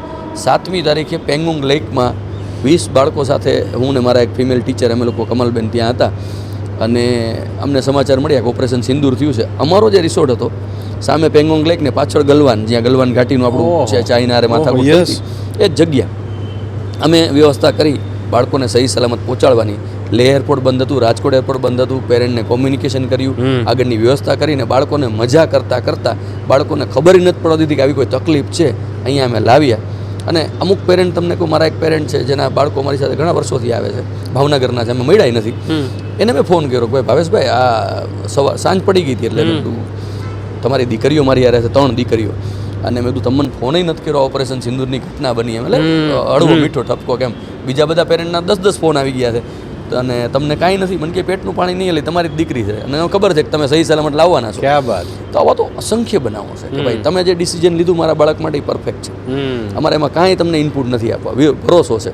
અને સાહેબ અહીંયા લેવા હેપીલી, અને છોકરાઓને કોઈ એક્ટિવિટી નથી કરાવી એવી નહીં, બધું કરાવતા મજા કરાવતા પાછા લઈ આવ્યા, અને સહી સલામત મા બાપને સોંપ્યું. એટલે એવા તો અસંખ્ય બનાવો છે કે જેમાં, અને સાહેબ 99.9% સેટિસ્ફેક્શન રેશિયો. તમે મારા જેટલા બાળકો છે, તમને હું 100 નંબર આપું, 100ને પૂછવાની છૂટ, હાર્ડલી એકાદું કોઈ એમ કે આમાં નહોતી મજા આવી, પણ સેફ્ટી કલ્ચરમાં કોઈ બાંધછોડ નહીં. એટલે બહુ જે રીતે અમે કામ કરીએ છીએ એ એક્સ્ટ્રા ઓર્ડિનરી છે. અને અમે હમણાં ઘણા બધા અમને પેરેન્ટ્સ એ કહેતા કે ભાઈ અમારા માટે કંઈક કરો, અમારા માટે કાંઈક. એટલે અમે ટ્રેકિંગમાં હમણાં એક અમારી કંપની નવી લોન્ચ કરી, ટ્રેક અંકલ કરીને. ઓકે. કે ભાઈ અમે બાળકોને તો કરાવતા જ હતા, પણ હવે મોટાને લઈ જવા છે. એટલે અમે આ વર્ષે જ હમણાં દ્યારા બુગિયાલ છે, કેદારકંઠા છે, અને કુંવારી પાસ છે, 3 પ્રોગ્રામ લોન્ચ કર્યા. ત્યાંય અમારા જે વેન્ડર્સ છે અથવા ત્યાં અમારે જે ટાઈઅપ્સ છે એ બધા બહુ સ્ટાન્ડર્ડ સાહેબ. ત્યાં અમે સરસ મજાનું ફૂડ આપીએ છીએ. ગાઈડ એવા હોય કે જે સરસ રીતે, કારણ કે જે માણસ પહેલી વાર ગયો હોય અથવા નો ટ્રેકિંગ ફાવતું હોય તો એને બધું ઝીરોથી શીખવાડે, સ્ક્રેચથી એકદમ પ્રોપર ટ્રેકિંગ કરાવવાનું, સેફટીમાં કોઈ બાંધછોડ નહીં કરવાની. તો મોટા લોકોને અમે હમણાં 20 લેડીઝનું ગ્રુપ સાહેબ લઈ ગયા અમે, જેમાં 40 થી 53 વર્ષના લેડીઝ હતા, એમાં એક બેન ડાયાબિટીક હતા, અને છતાં સરસ એને ટ્રેક કરાવીને પાછા સહી સલામત લઈ આવ્યા. All are happy. કારણ કે આગળનો પ્રશ્ન મારો એ જ હતો હા, કે હા. બાળકો માટે આટલું કરો છો, એમના માટે આટલું તમે કરો છો, જી. તો મોટા માટે શું? તો મોટા તમે કહી માટે બસ દીધું. અને સાહેબ અત્યારે એક છોકરો, આપણે અત્યારે ઇન્ટરવ્યૂ લઈએ છીએ, વાત કરીએ છીએ ને, એક છોકરો એકલો 19 વર્ષનો છે અને અત્યારે અમારો એક પ્રોગ્રામ છે ત્યાં કેદારકંઠા, ત્યાં ગયો છે ઓહો. અને એ કાલે પાછો આવશે અને એના પેરેન્ટના મને ફોન આવ્યો, ચિંતા કરો માં, તમારો દીકરો હેપી છે, કોઈ તકલીફ નહીં પડે. એટલે વાહ. કેવો ભરોસો આખો. એટલે સરસ રીતે અમે એ કરીએ છીએ અને ટ્રેકિંગમાં હજી ઘણું બધું કરવાની ઈચ્છા છે, કારણ કે અમે એવું માનીએ છીએ કે સ્કૂલ જે છે એ શીખડાવે છે, એનું કામ કરે છે, સબ્જેક્ટ શીખડાવવાનું, પણ અમે જે શીખડાવીએ છીએ લાઈફ સ્કિલ છે. વાહ, બહુ એટલે અમે અમારી જાતને હુએમાઈને લાઈફ સ્કિલ ફોર સ્ટુડન્ટ્સ એ નામથી જ ઓળખીએ છીએ કે હુએમાઈ શેના માટે છે. તો બાળકોમાં એવી જે વસ્તુઓ ઘટે છે કે જેને રિયલ લાઈફમાં જરૂરી છે, જે સ્ટ્રીટ સ્માર્ટ બનાવવા જે જરૂરી છે. તમારું બાળક ભણીને આવશે તો એની પાસે ડિગ્રી હશે અને એને એક થિયરીની ખબર હશે, પણ એની સિવાય જે પ્રેક્ટિકલ જ્ઞાન છે બિલકુલ. એના માટે અમારા જેવી સંસ્થાની જરૂર છે. બહુ જ જરૂર છે, કારણ કે એને બહાર કાઢ્યા જેવું, આપણે સાદી ભાષામાં છે ને ઘણા વાલીઓ કહેતા હોય કે આને કંઈ કાઢ્યા જેવું નથી, Yes. પણ બહાર એ હળે મળે, લોકો સાથે વાત કરી શકે, કોમ્યુનિકેશન કરી શકે, પોતાની જાતને એક્સપ્રેસ કરી શકે. મે બી ક્યાંક ને ક્યાંક એ જે બુકનું એજ્યુકેશન છે ને એમાં વિજયભાઈ ક્યાંક મિસિંગ થાય છે. એની પાછળનું કારણ છે કે જો સારું જ છે, હમણાં આપણી ન્યૂ એજ્યુકેશન પોલિસી આવી, એમાં એ લોકો ભણાવશે, પણ કેવું છે કે બાળક કંઈક પોટેન્શિયલ લઈને આવ્યો છે. હા, ઘણા બધા એવા ફેક્ટર છે, જેમ કે ડરની સામે લડવું, તો એ બુકમાંથી નહીં આવે. ડરની સામે લડવા માટે એને રોક ક્લાઇમ્બિંગ, રેપલિંગ કરવું પડશે, હા, એને રાફ્ટિંગ કરવું પડશે, એને નેચરમાં જવું પડશે, એને દોસ્તાર બનાવવા માટે થઈને એ ખુલવું પડશે, એ નેચરમાં જવું પડશે, મોબાઈલ મૂકી દેવો પડશે. મોબાઈલ મૂકી દેવો પડશે. મોબાઈલ સાહેબ છે ને એ આશીર્વાદની સાથે શ્રાપ પણ છે. વાહ, બહુ સાચું. કારણ કે આશીર્વાદ એટલા માટે છે કે તમને ઘણી બધી ઇન્ફોર્મેશન અહીંયા પહોંચાડે છે, પણ શ્રાપ એટલા માટે છે કે એમાં કોઈ ફિલ્ટર નથી આપ્યું કે કેટલું લેવું ને કેટલું નહીં. યસ. એ જે સમજણ જ્યાં સુધી ડેવલપ ન થાય ને ત્યાં સુધી મોબાઈલ તમારા માટે ઘણીવાર શ્રાપ પણ બની શકે છે. જેમ મોબાઈલ દુનિયા, ઇન્ટરનેટ વિશ્વ સાથે કનેક્ટ કરે છે ને, એમ આસપાસના લોકો સાથે ડિસ્કનેક્ટ પણ કરે છે. Yes, absolutely. અને અમારું જે વુમેનનું કામ છે એ જ છે કે એને નેચર આરે પહેલાં કનેક્ટ કરીએ. સાહેબ, Yes. નેચર છે તો બધું છે. પ્રકૃતિને માં કીધી છે, હું પાછો રિપીટ કરીશ. પ્રકૃતિમાં જે માણસ ગયો ને, આપણે કહીએ ને ક્યારેક થાક્યા હોય, કામમાંથી બ્રેક લેવો છે, આપણે બ્રેક લેવા ક્યાં જાય? તો કે કાંઈ પર્વતના ઓલામાં જાય, પહાડોમાં જાય, Nature નદી પાસે. કિનારે, હા. કોઈ પેલા દરિયા કિનારે જાય. બસ, તો નેચર છે એ તમને હીલ કરે છે, નેચર છે એ તમને પ્રફુલ્લિત કરે છે, નેચર છે એ લર્નિંગ આપે. સાહેબ, તમારા જેટલા પણ નેગેટિવ ઇમોશન્સ છે ને એને દૂર કરવાની તાકાત નેચરમાં છે. એને હીલ કરવાની, તમારો ડર દૂર કરવાની, તમારો ફિયર, તમારી જે શાઇનેસ છે કે ઇન્ટ્રોવર્ટનેસ છે, આ બધું ખોલવાની તાકાત નેચરમાં છે. એકવાર નેચરમાં જાવ એટલે. અને અમારા બધા પ્રોગ્રામની એક્ટિવિટી એ જ રીતે ડિઝાઇન હોય કે બાળકમાં ઇન્ટરનલ ચેન્જીસ આવે, ઇન્ટરનલ બાળક સ્ટ્રોંગ થાય, એનો કોન્ફિડન્સ વધે, એની કોમ્યુનિકેશન સ્કિલ ડેવલપ થાય, એ બીજા લોકો હારે હળતા મળતા શીખે, બધું ખાતા પીતા શીખે, બીજાને રિસ્પેક્ટ કરતા શીખે, વાહ. એની અંદરમાં એક માનવતાનો ભાવ આવે. આ બધી વસ્તુને ધ્યાનમાં રાખીને અમે અમારા પ્રોગ્રામ ડિઝાઇન કરતા હોઈએ છીએ. બસ આ રીતે આખું કામ કરીએ છીએ. બાકી ભગવાનની ઈચ્છા કરે જશું. વાહ. એ સાથે ઘણા બધા એવા બિઝનેસમેન છે, એને પણ તમે માર્ગદર્શન આપવાનું કામ કરો છો. હા, એ કેવું છે કે આમાં છે ને તમારી અંદર ભગવાને બીજી કંઈ કળા નાખી હોય ને એ મને ભગવાને આપી છે, ટ્રેનિંગ. એટલે ધીરજભાઈ, મારું મને છે ને એક ગમતો વિષય છે, એ છે ટ્રેનિંગ. મને પ્રશાંત ઘણીવાર ફોર્સ કરે કે તું કર, ટ્રેનિંગ કર, પણ શું એક ધંધો અને ટ્રેનિંગ બે થોડુંક ડિસ્ટર્બ થતું હોય, પણ છતાંય મને ટ્રેનિંગ આપવી ગમે. કારણ કે હું જ્યારે મેં કીધું ઇન્સ્યોરન્સમાં હતો ત્યારથી લોકોને ટ્રેનિંગ આપતો આવ્યો છું અને ટ્રેનિંગથી મોટિવેટ કરવાની એક કુદરતી બક્ષિસ છે. તો એક સંસ્થા છે સ્માર્ટ કરીને, એના એક પ્રોગ્રામ છે ટાઈગર. તો મારા મિત્ર છે દર્શનભાઈ, એમને મને પહેલી વાર પ્લેટફોર્મ ત્યાં આપ્યું. આમ નાની મોટી ટ્રેનિંગ ઇન્સ્યોરન્સમાં નહીં કરેલી, પણ પ્રોફેશનલ મને પ્લેટફોર્મ એમને દર્શનભાઈ આપ્યું, દર્શન મહેતા. અને ટાઈગરમાં મેં એઝ અ ટ્રેનર લગભગ 6 થી 7 વર્ષ સુધી કામ કર્યું. ઘણા બધા બિઝનેસમેન, લગભગ 200 થી 250 બિઝનેસમેન એવા હશે કે જેમને મેં ટાઈગરની ટ્રેનિંગ આપી છે.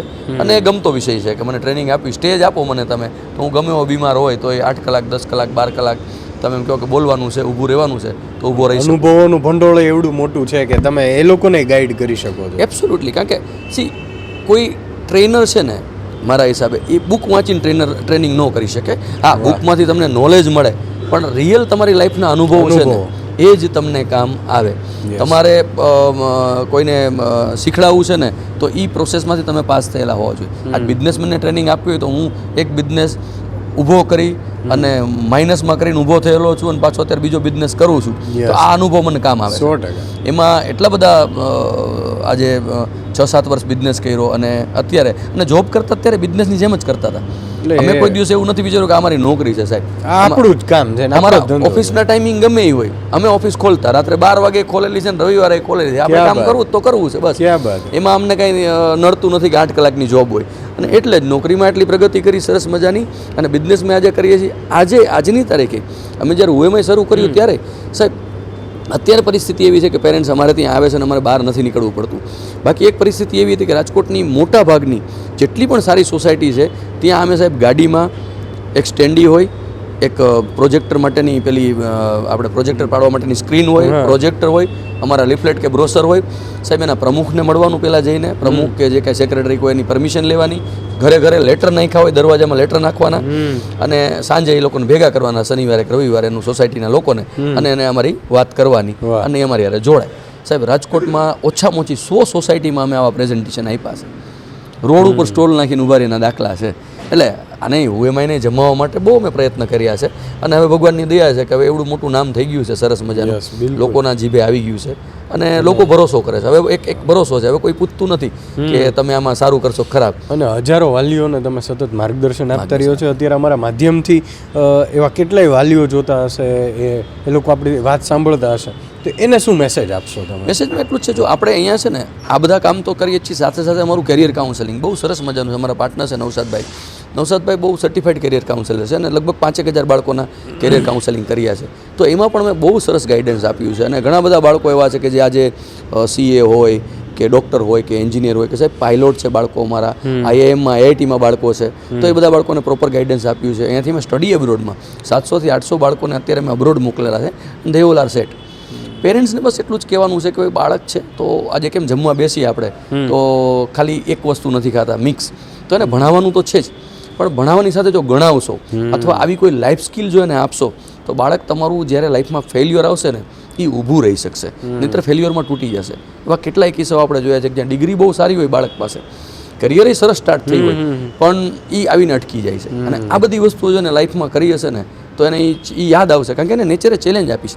એને એમ થશે કે હું આ પહાડ ચડી ગયો હતો તેથી આટલી ઠંડીમાં કે આવી પરિસ્થિતિ હતી અને હું આ રીતે થાકેલો હતો તો હું આ તો કરી જાય છે, અથવા હું તે દિવસે આ રાફ્ટિંગમાં આવા પાણીમાંથી નીકળી ગયો આટલા ઓલામાંથી તો આ તો કરી જાય.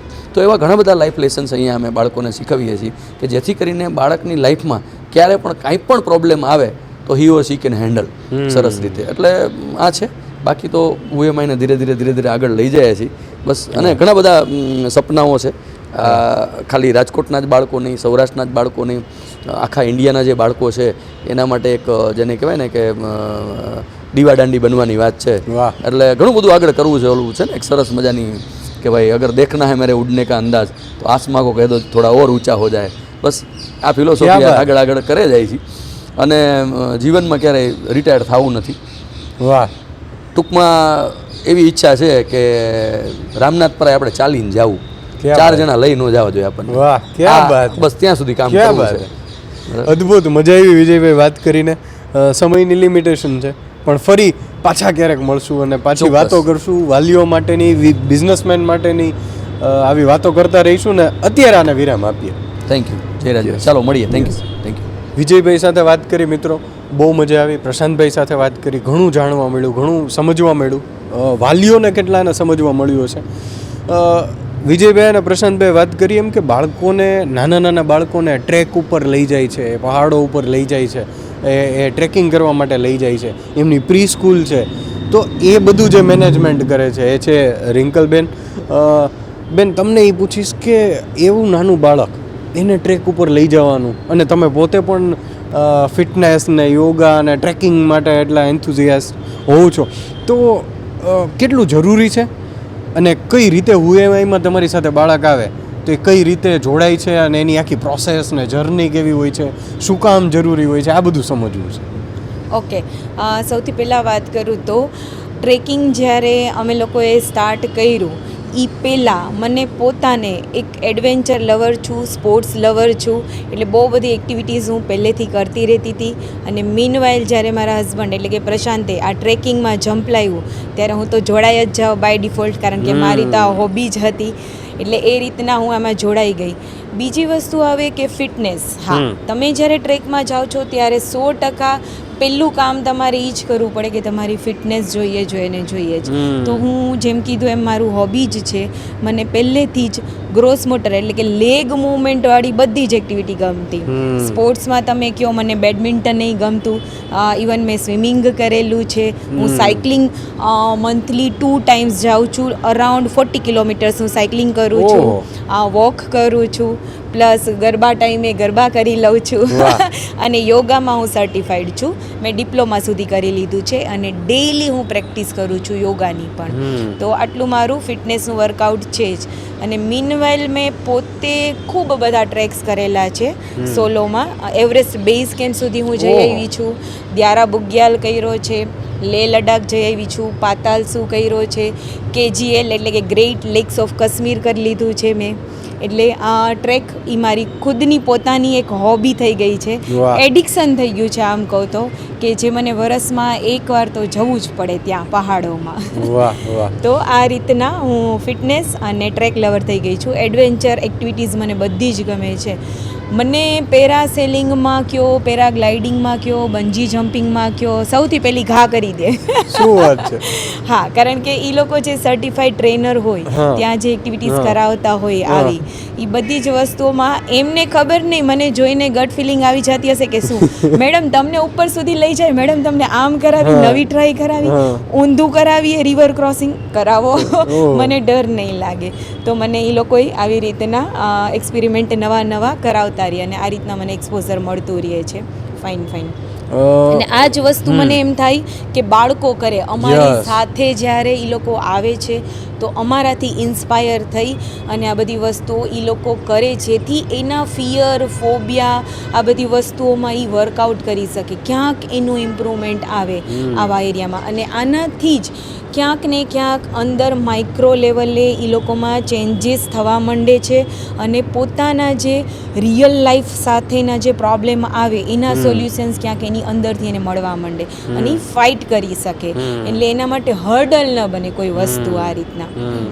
એટલે એ લેસન્સ એને શીખવા મળે છે. એ બાળકોની જર્નીને તમે બહુ નજીકથી જુઓ છો, તમે એની સાથે હો, તો કેવા બદલાવ એની અંદર જોવા મળે, કેવી વાતો તમારી સાથે શેર કરતા હોય, એના એક્સપિરિયન્સ ને એના અનુભવો કેવા હોય જ્યારે કેમ્પમાં કે આવી રીતે આવ્યા હોય? કારણ કે કેવું છે કે ઘરે રહેતા હોય ત્યારે તો ફિક્સ જ હોય, 2 જ મિત્રો હોય, ફિક્સ જ સર્કલ હોય, ઘરની બહાર ક્યાંય જવાનું ન હોય.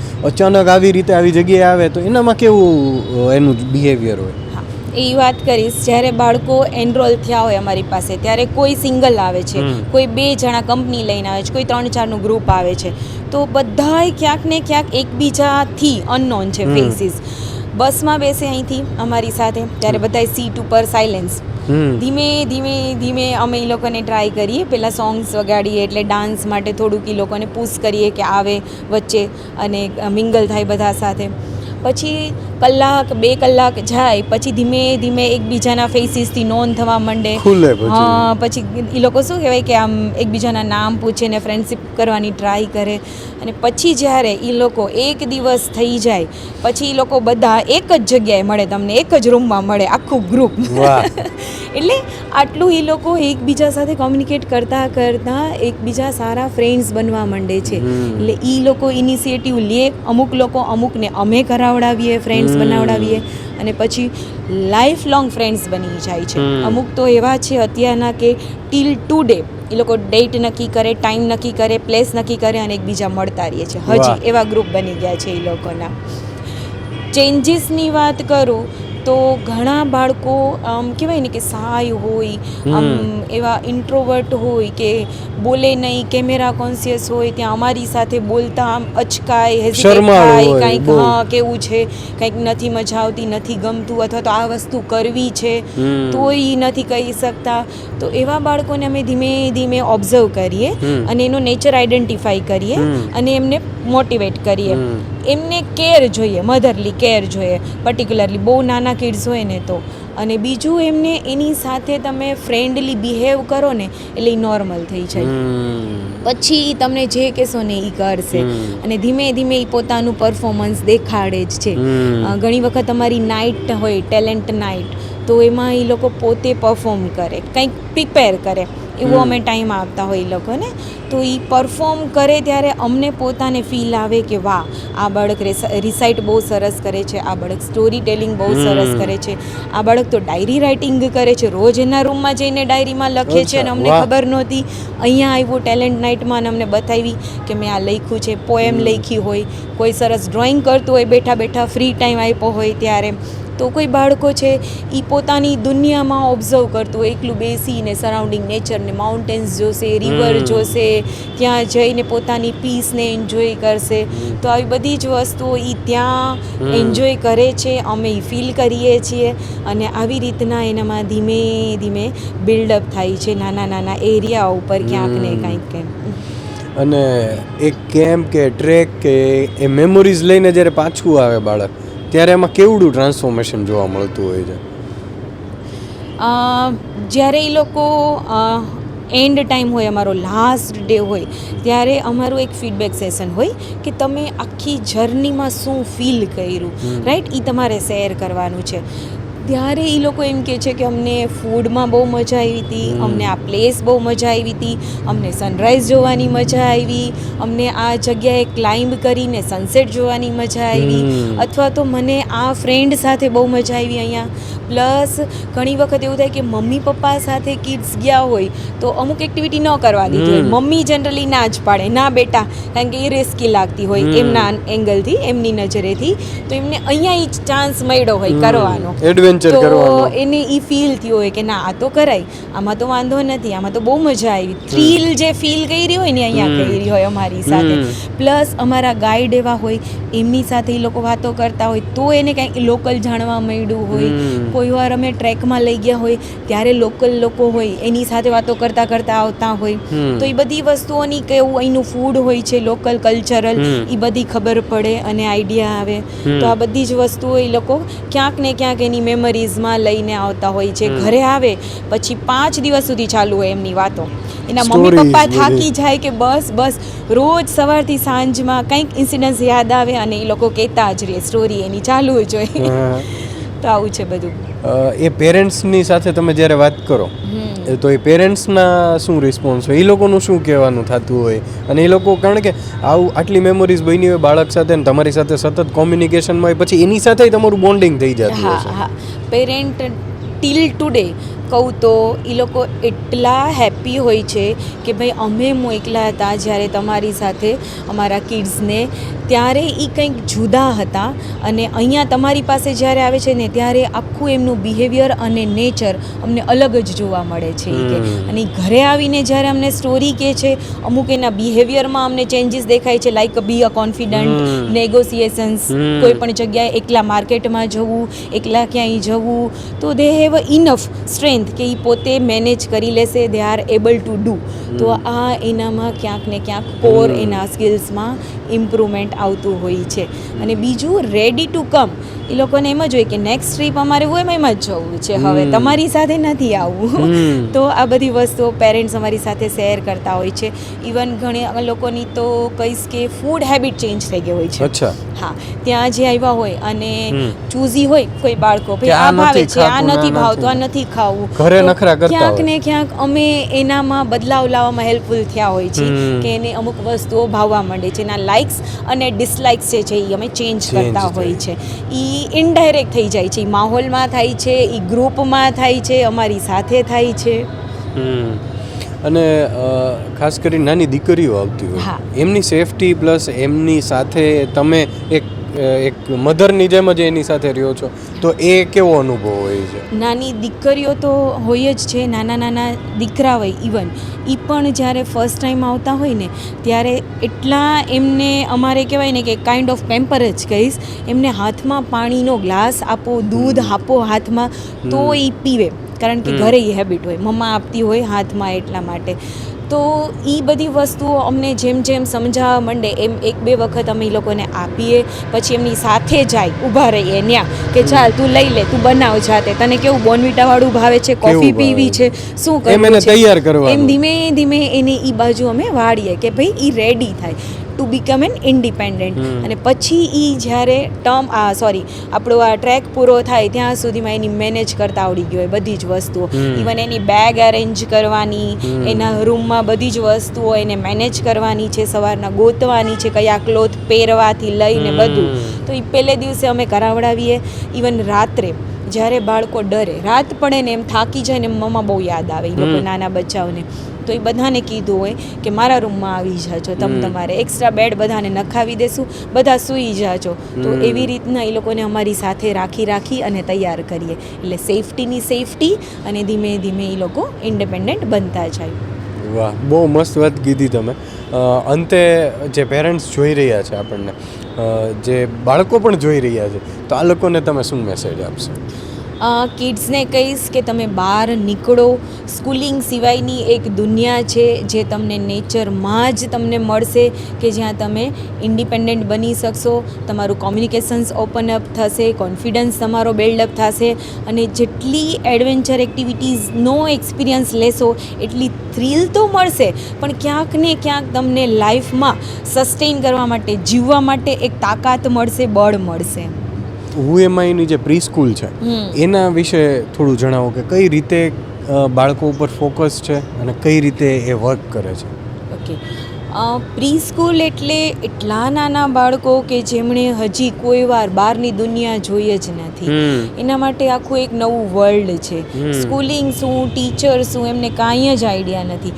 એ બાળકોને તમારે નર્ચર કરવાના છે, જેમ કે ઘરે મધર કરતા હોય, એ અહીંયા આવે એટલે અમે એના માટે મધર છીએ. હવે એ બાળકો કદાચ બોલે છે, તૂટ્યું ભાંગું બોલે છે, એને સમજવાના છે, એની સાયકોલોજી સમજવાની છે અને એને નર્ચર કરવાના, મતલબ કે એની બધી જ સ્કિલ છે જે ઇનબોર્ન એ લઈને આવ્યા છે એની ઉપર એક્સપોઝર આપી અને એને ડેવલપ કરવી છે અમારે સ્કિલને. તો એક બહુ કહેવાય ને કે બહુ મોટી ચેલેન્જ છે જે અમારે એ બાળકો સાથે ડીલ કરવાનું છે. અને એટલે જ અમે લોકો જે કરીએ છીએ આ બાળકો માટે એ એટલું અદ્ભુત વર્ક કરીએ છીએ કે બાળકો અહીંયા હસતા રમતા અમારી પાસે આવે છે. શું કામ? તો કે એ લોકોને અમે એંગેજ જ એવી સરસ બ્યુટીફુલ એક્ટિવિટીથી કરીએ છીએ. આખો મોન્ટેસરી કરિક્યુલમ છે. ઇટ મીન્સ પ્રેક્ટિકલ એપ્રોચ, જેને આપણે કહીએ હેન્ડ્સ ઓન એક્ટિવિટી. તો એમાં એ લોકો વિઝ્યુઅલી, ઓડિટરી અને કાઇનેસ્થેટિક સ્કિલ્સ એની મર્જ કરી અને બાય ડુઈંગ ફિઝિકલી પ્રેઝન્ટ અને ફોકસ સાથે એંગેજ થાય છે. એટલે દે ફીલ અમેઝ. જ્યારે આવી એક્ટિવિટી કરો ત્યારે એ સેન્સરી સાથે ટચ થાય, ફીલ કરે છે, અનુભવ કરે, ફીલ કરે એટલે ઓટોમેટિક તમારી મેમરીમાં ક્યાંક ને ક્યાંક લોંગ લાસ્ટિંગ ફીડ થવાનું છે. એમાં કઈ કઈ એક્ટિવિટીઓ હોય? હા, આપણે ઇન હાઉસ જે હોય મોન્ટેસરી કરિક્યુલમ, એમાં આપણે લેંગ્વેજને કવર કરીએ છીએ. મેથ માટે લાઇટ ટેબલ ઉપર 2D image, reflection, 3D image, even light table ઉપર ક્રિએટિવિટી માટે સેન્ડ આર્ટ લઈએ છીએ, મેગ્ના ટાઇલથી એક્ટિવિટી કરાવીએ છીએ ડ્રેસિંગ ફ્રેમ કરીને. તો આવું અલગ અલગ અમે એક્સપોઝર આપીએ છીએ. ઇન્ડોરમાં સાયન્સ કરાવડાવીએ, નાના નાના એક્સપેરિમેન્ટ, કે એની ક્યુરોસિટી ઓપન અપ થાય, ક્રિએટિવિટી ખુલે, કોમ્યુનિકેશન્સ વધારે શાર્પ થાય. પ્લસ આપણે એ લોકોને કલ્ચરલી ડેવલપ કરીએ છીએ. શું કામ? તો કે એ એટલું જ જરૂરી છે એના મોરલ અને એથિક્સ માટે. તો બધી જ વસ્તુઓ આપણે અહીંયા એ લોકોને એક્સપોઝર આપી બાય ડુઈંગ એટલે કે એક્ટિવિટી દ્વારા કરાવડાવીએ છીએ. ઇન્ડોર થઈ એવી રીતના આઉટડોરે એટલું જ એક્સપોઝર આપીએ છીએ. પિકનિકમાં લઈ જઈએ, ફિલ્ડ ટ્રીપ ઉપર લઈ જઈએ અમે બાળકોને. પ્લસ એક આપણી પાસે હ્યુજ ગાર્ડન અને સેન્ડ એરિયા છે. તો ડેઈલી એક એક્ટિવિટી એ લોકો માટે ગ્રોસ મોટર સ્કિલની હોય જ. એ ટોપિક એને ડેઈલી કરવાનો. નેચર જેવું બેસ્ટ એકેય લર્નિંગ નથી અને ત્યાંથી એ લોકો વધારે બિલ્ડઅપ થતા હોય છે. તો એ પણ કરે છે, સાથે પ્રેયર્સ પણ કરે છે. પ્રેયર્સ એ લોકોને બધા જ શ્લોકો યાદ રહી જાય છે. જેમ જેમ એ લોકો કહેવાય ને કે ગ્રેજ્યુઅલી બોલતા જાય એમ એન્ડ ઓફ ધ ટર્મ ઘરે આખા શ્લોક બોલવા માંડે. તો એનાથી ગ્રાન્ડ પેરેન્ટ બહુ હેપી થાય છે. બહુ સાચી વાત છે. કારણ એ કે ઘરે સંસ્કારો એ ગ્રાન્ડ જરૂરી છે, એ થોડુંક એની અંદર શ્લોક બોલે, પ્રાર્થના બોલે, બહુ પ્રાર્થના, જરૂરી શ્લોક. છે. અને ઘરે ગ્રાન્ડ પેરેન્ટને એવું થાય છે કે હા અમારું ક્યાંક જે ઈચ્છા છે એ ફૂલફિલ થવા માંડી છે અહીંયા, તો એ વસ્તુ પણ થાય છે. પ્લસ અમે બાળકોને એવા બધા એક્સપોઝર આપીએ જેમ કે નેચરલ અમે કહીએ ને તો એનિમલ્સ લઈ આવીએ, સમટાઈમ્સ ડોગ લઈ આવીએ, સમટાઈમ્સ કેટ લઈ આવીએ, ગ્રાઉન્ડમાં પ્લે કરે એની સાથે બધા બાળકો. વાહ. પોટરને લઈ આવીએ તો નાના નાના પોટ બનાવે એ લોકો એની જાતે સેન્સરી માટે. Even health checkup camp organize કરીએ કે એક ડૉક્ટર આવે, જનરલ ચેકઅપ થાય એ લોકોનું. તો આવી બધી એક્ટિવિટીઝ કરીએ. પ્લસ અમે એક વસ્તુ કરીએ છીએ, એન્યુઅલ ફંક્શન્સ કરીએ ને ત્યારે એ લોકોને રેમ્પ વોક કરાવડાવીએ. અચ્છા. હા, એટલે એક કોસ્ચ્યુમ સાથે એ લોકોને ફીલ આવે Yes. પોતાને, અને કોન્ફિડન્ટલી એ પોતાની જાતે શીલ્ડ કે મેડલ કંઈક લેવા આવે છે. પ્લસ સ્પોર્ટ્સ ડે કરીએ છીએ આઉટસાઇડમાં ઇવેન્ટમાં, કે જ્યાં એ પોતાના ઘણા બધા સ્પોન્ટેનિયસ એરિયા છે એ ઓપન અપ થવા માંડે. એને સ્પોર્ટ્સ માટે ક્યાંક ને ક્યાંક લગાવ ઉત્પન્ન થાય, ઇન્ટરેસ્ટ ડેવલપ થાય, તો આગળ જતાં એ એક સ્પોર્ટ્સ એની પોતાની હોબી તરીકે કલ્ટિવેટ કરી શકે. બિલકુલ. હમણાં જ અમે એક સ્ટોરી ટેલિંગ રાખ્યું હતું સેશન, તો થર્સ્ટી ક્રોની સ્ટોરી હતી. તો બધા બાળકો દે આર ઈગર કે એનો ટર્ન આવશે, વેઇટિંગ ફોર ધેર ટર્ન, કારણ કે એ પ્રેક્ટિકલી એને કરવાનું છે. ક્રોને અચ્છા. હાથમાં લઈ એ અચ્છા. સ્ટોનને એની ચાંચમાં નાખી અને બાઉલમાં કાચના પોટમાં એ નાખશે. તો આ બધી વસ્તુ એટલી ઇન્ટરેસ્ટિંગલી ને ક્રિએટિવિટી દ્વારા અમે ડિઝાઇન કરીએ છીએ ને કે એ લોકોનો સમય અહીંયા ક્યાં પાસ થઈ જાય છે ને એ નથી ખબર. અને next day they are ready to come to school with a big smile, અને અહીંથી નીકળે ત્યારે હેપી નીકળવા જોઈએ. તો આ અમારો ગોલ છે અને વાહ. ફોકસ છે કે જે બાળક રેડી થઈ જાય છે સ્કૂલ માટે, એને આઉટર દુનિયામાં પગલાં માંડવા છે, તો એને જરાય હવે ડર સંકોચ નહીં આવે ક્યાંય. અને ક્યાંક ને ક્યાંક પેરેન્ટ અમને કહેતા હોય છે કે મારું બાળક છે એ ઇન્ટરવ્યૂમાં સડસડાટ બધા આન્સર આપી દીધા કોન્ફિડન્ટલી, વાહ. એને ક્યાંય કાંઈ પ્રોબ્લેમ ન Admissionમાંય આવ્યો. problem તો નથી. એડમિશન પણ બહુ સરસ રિનાઉન્ડ સ્કૂલોમાં મળી જાય છે મારા બાળકોને.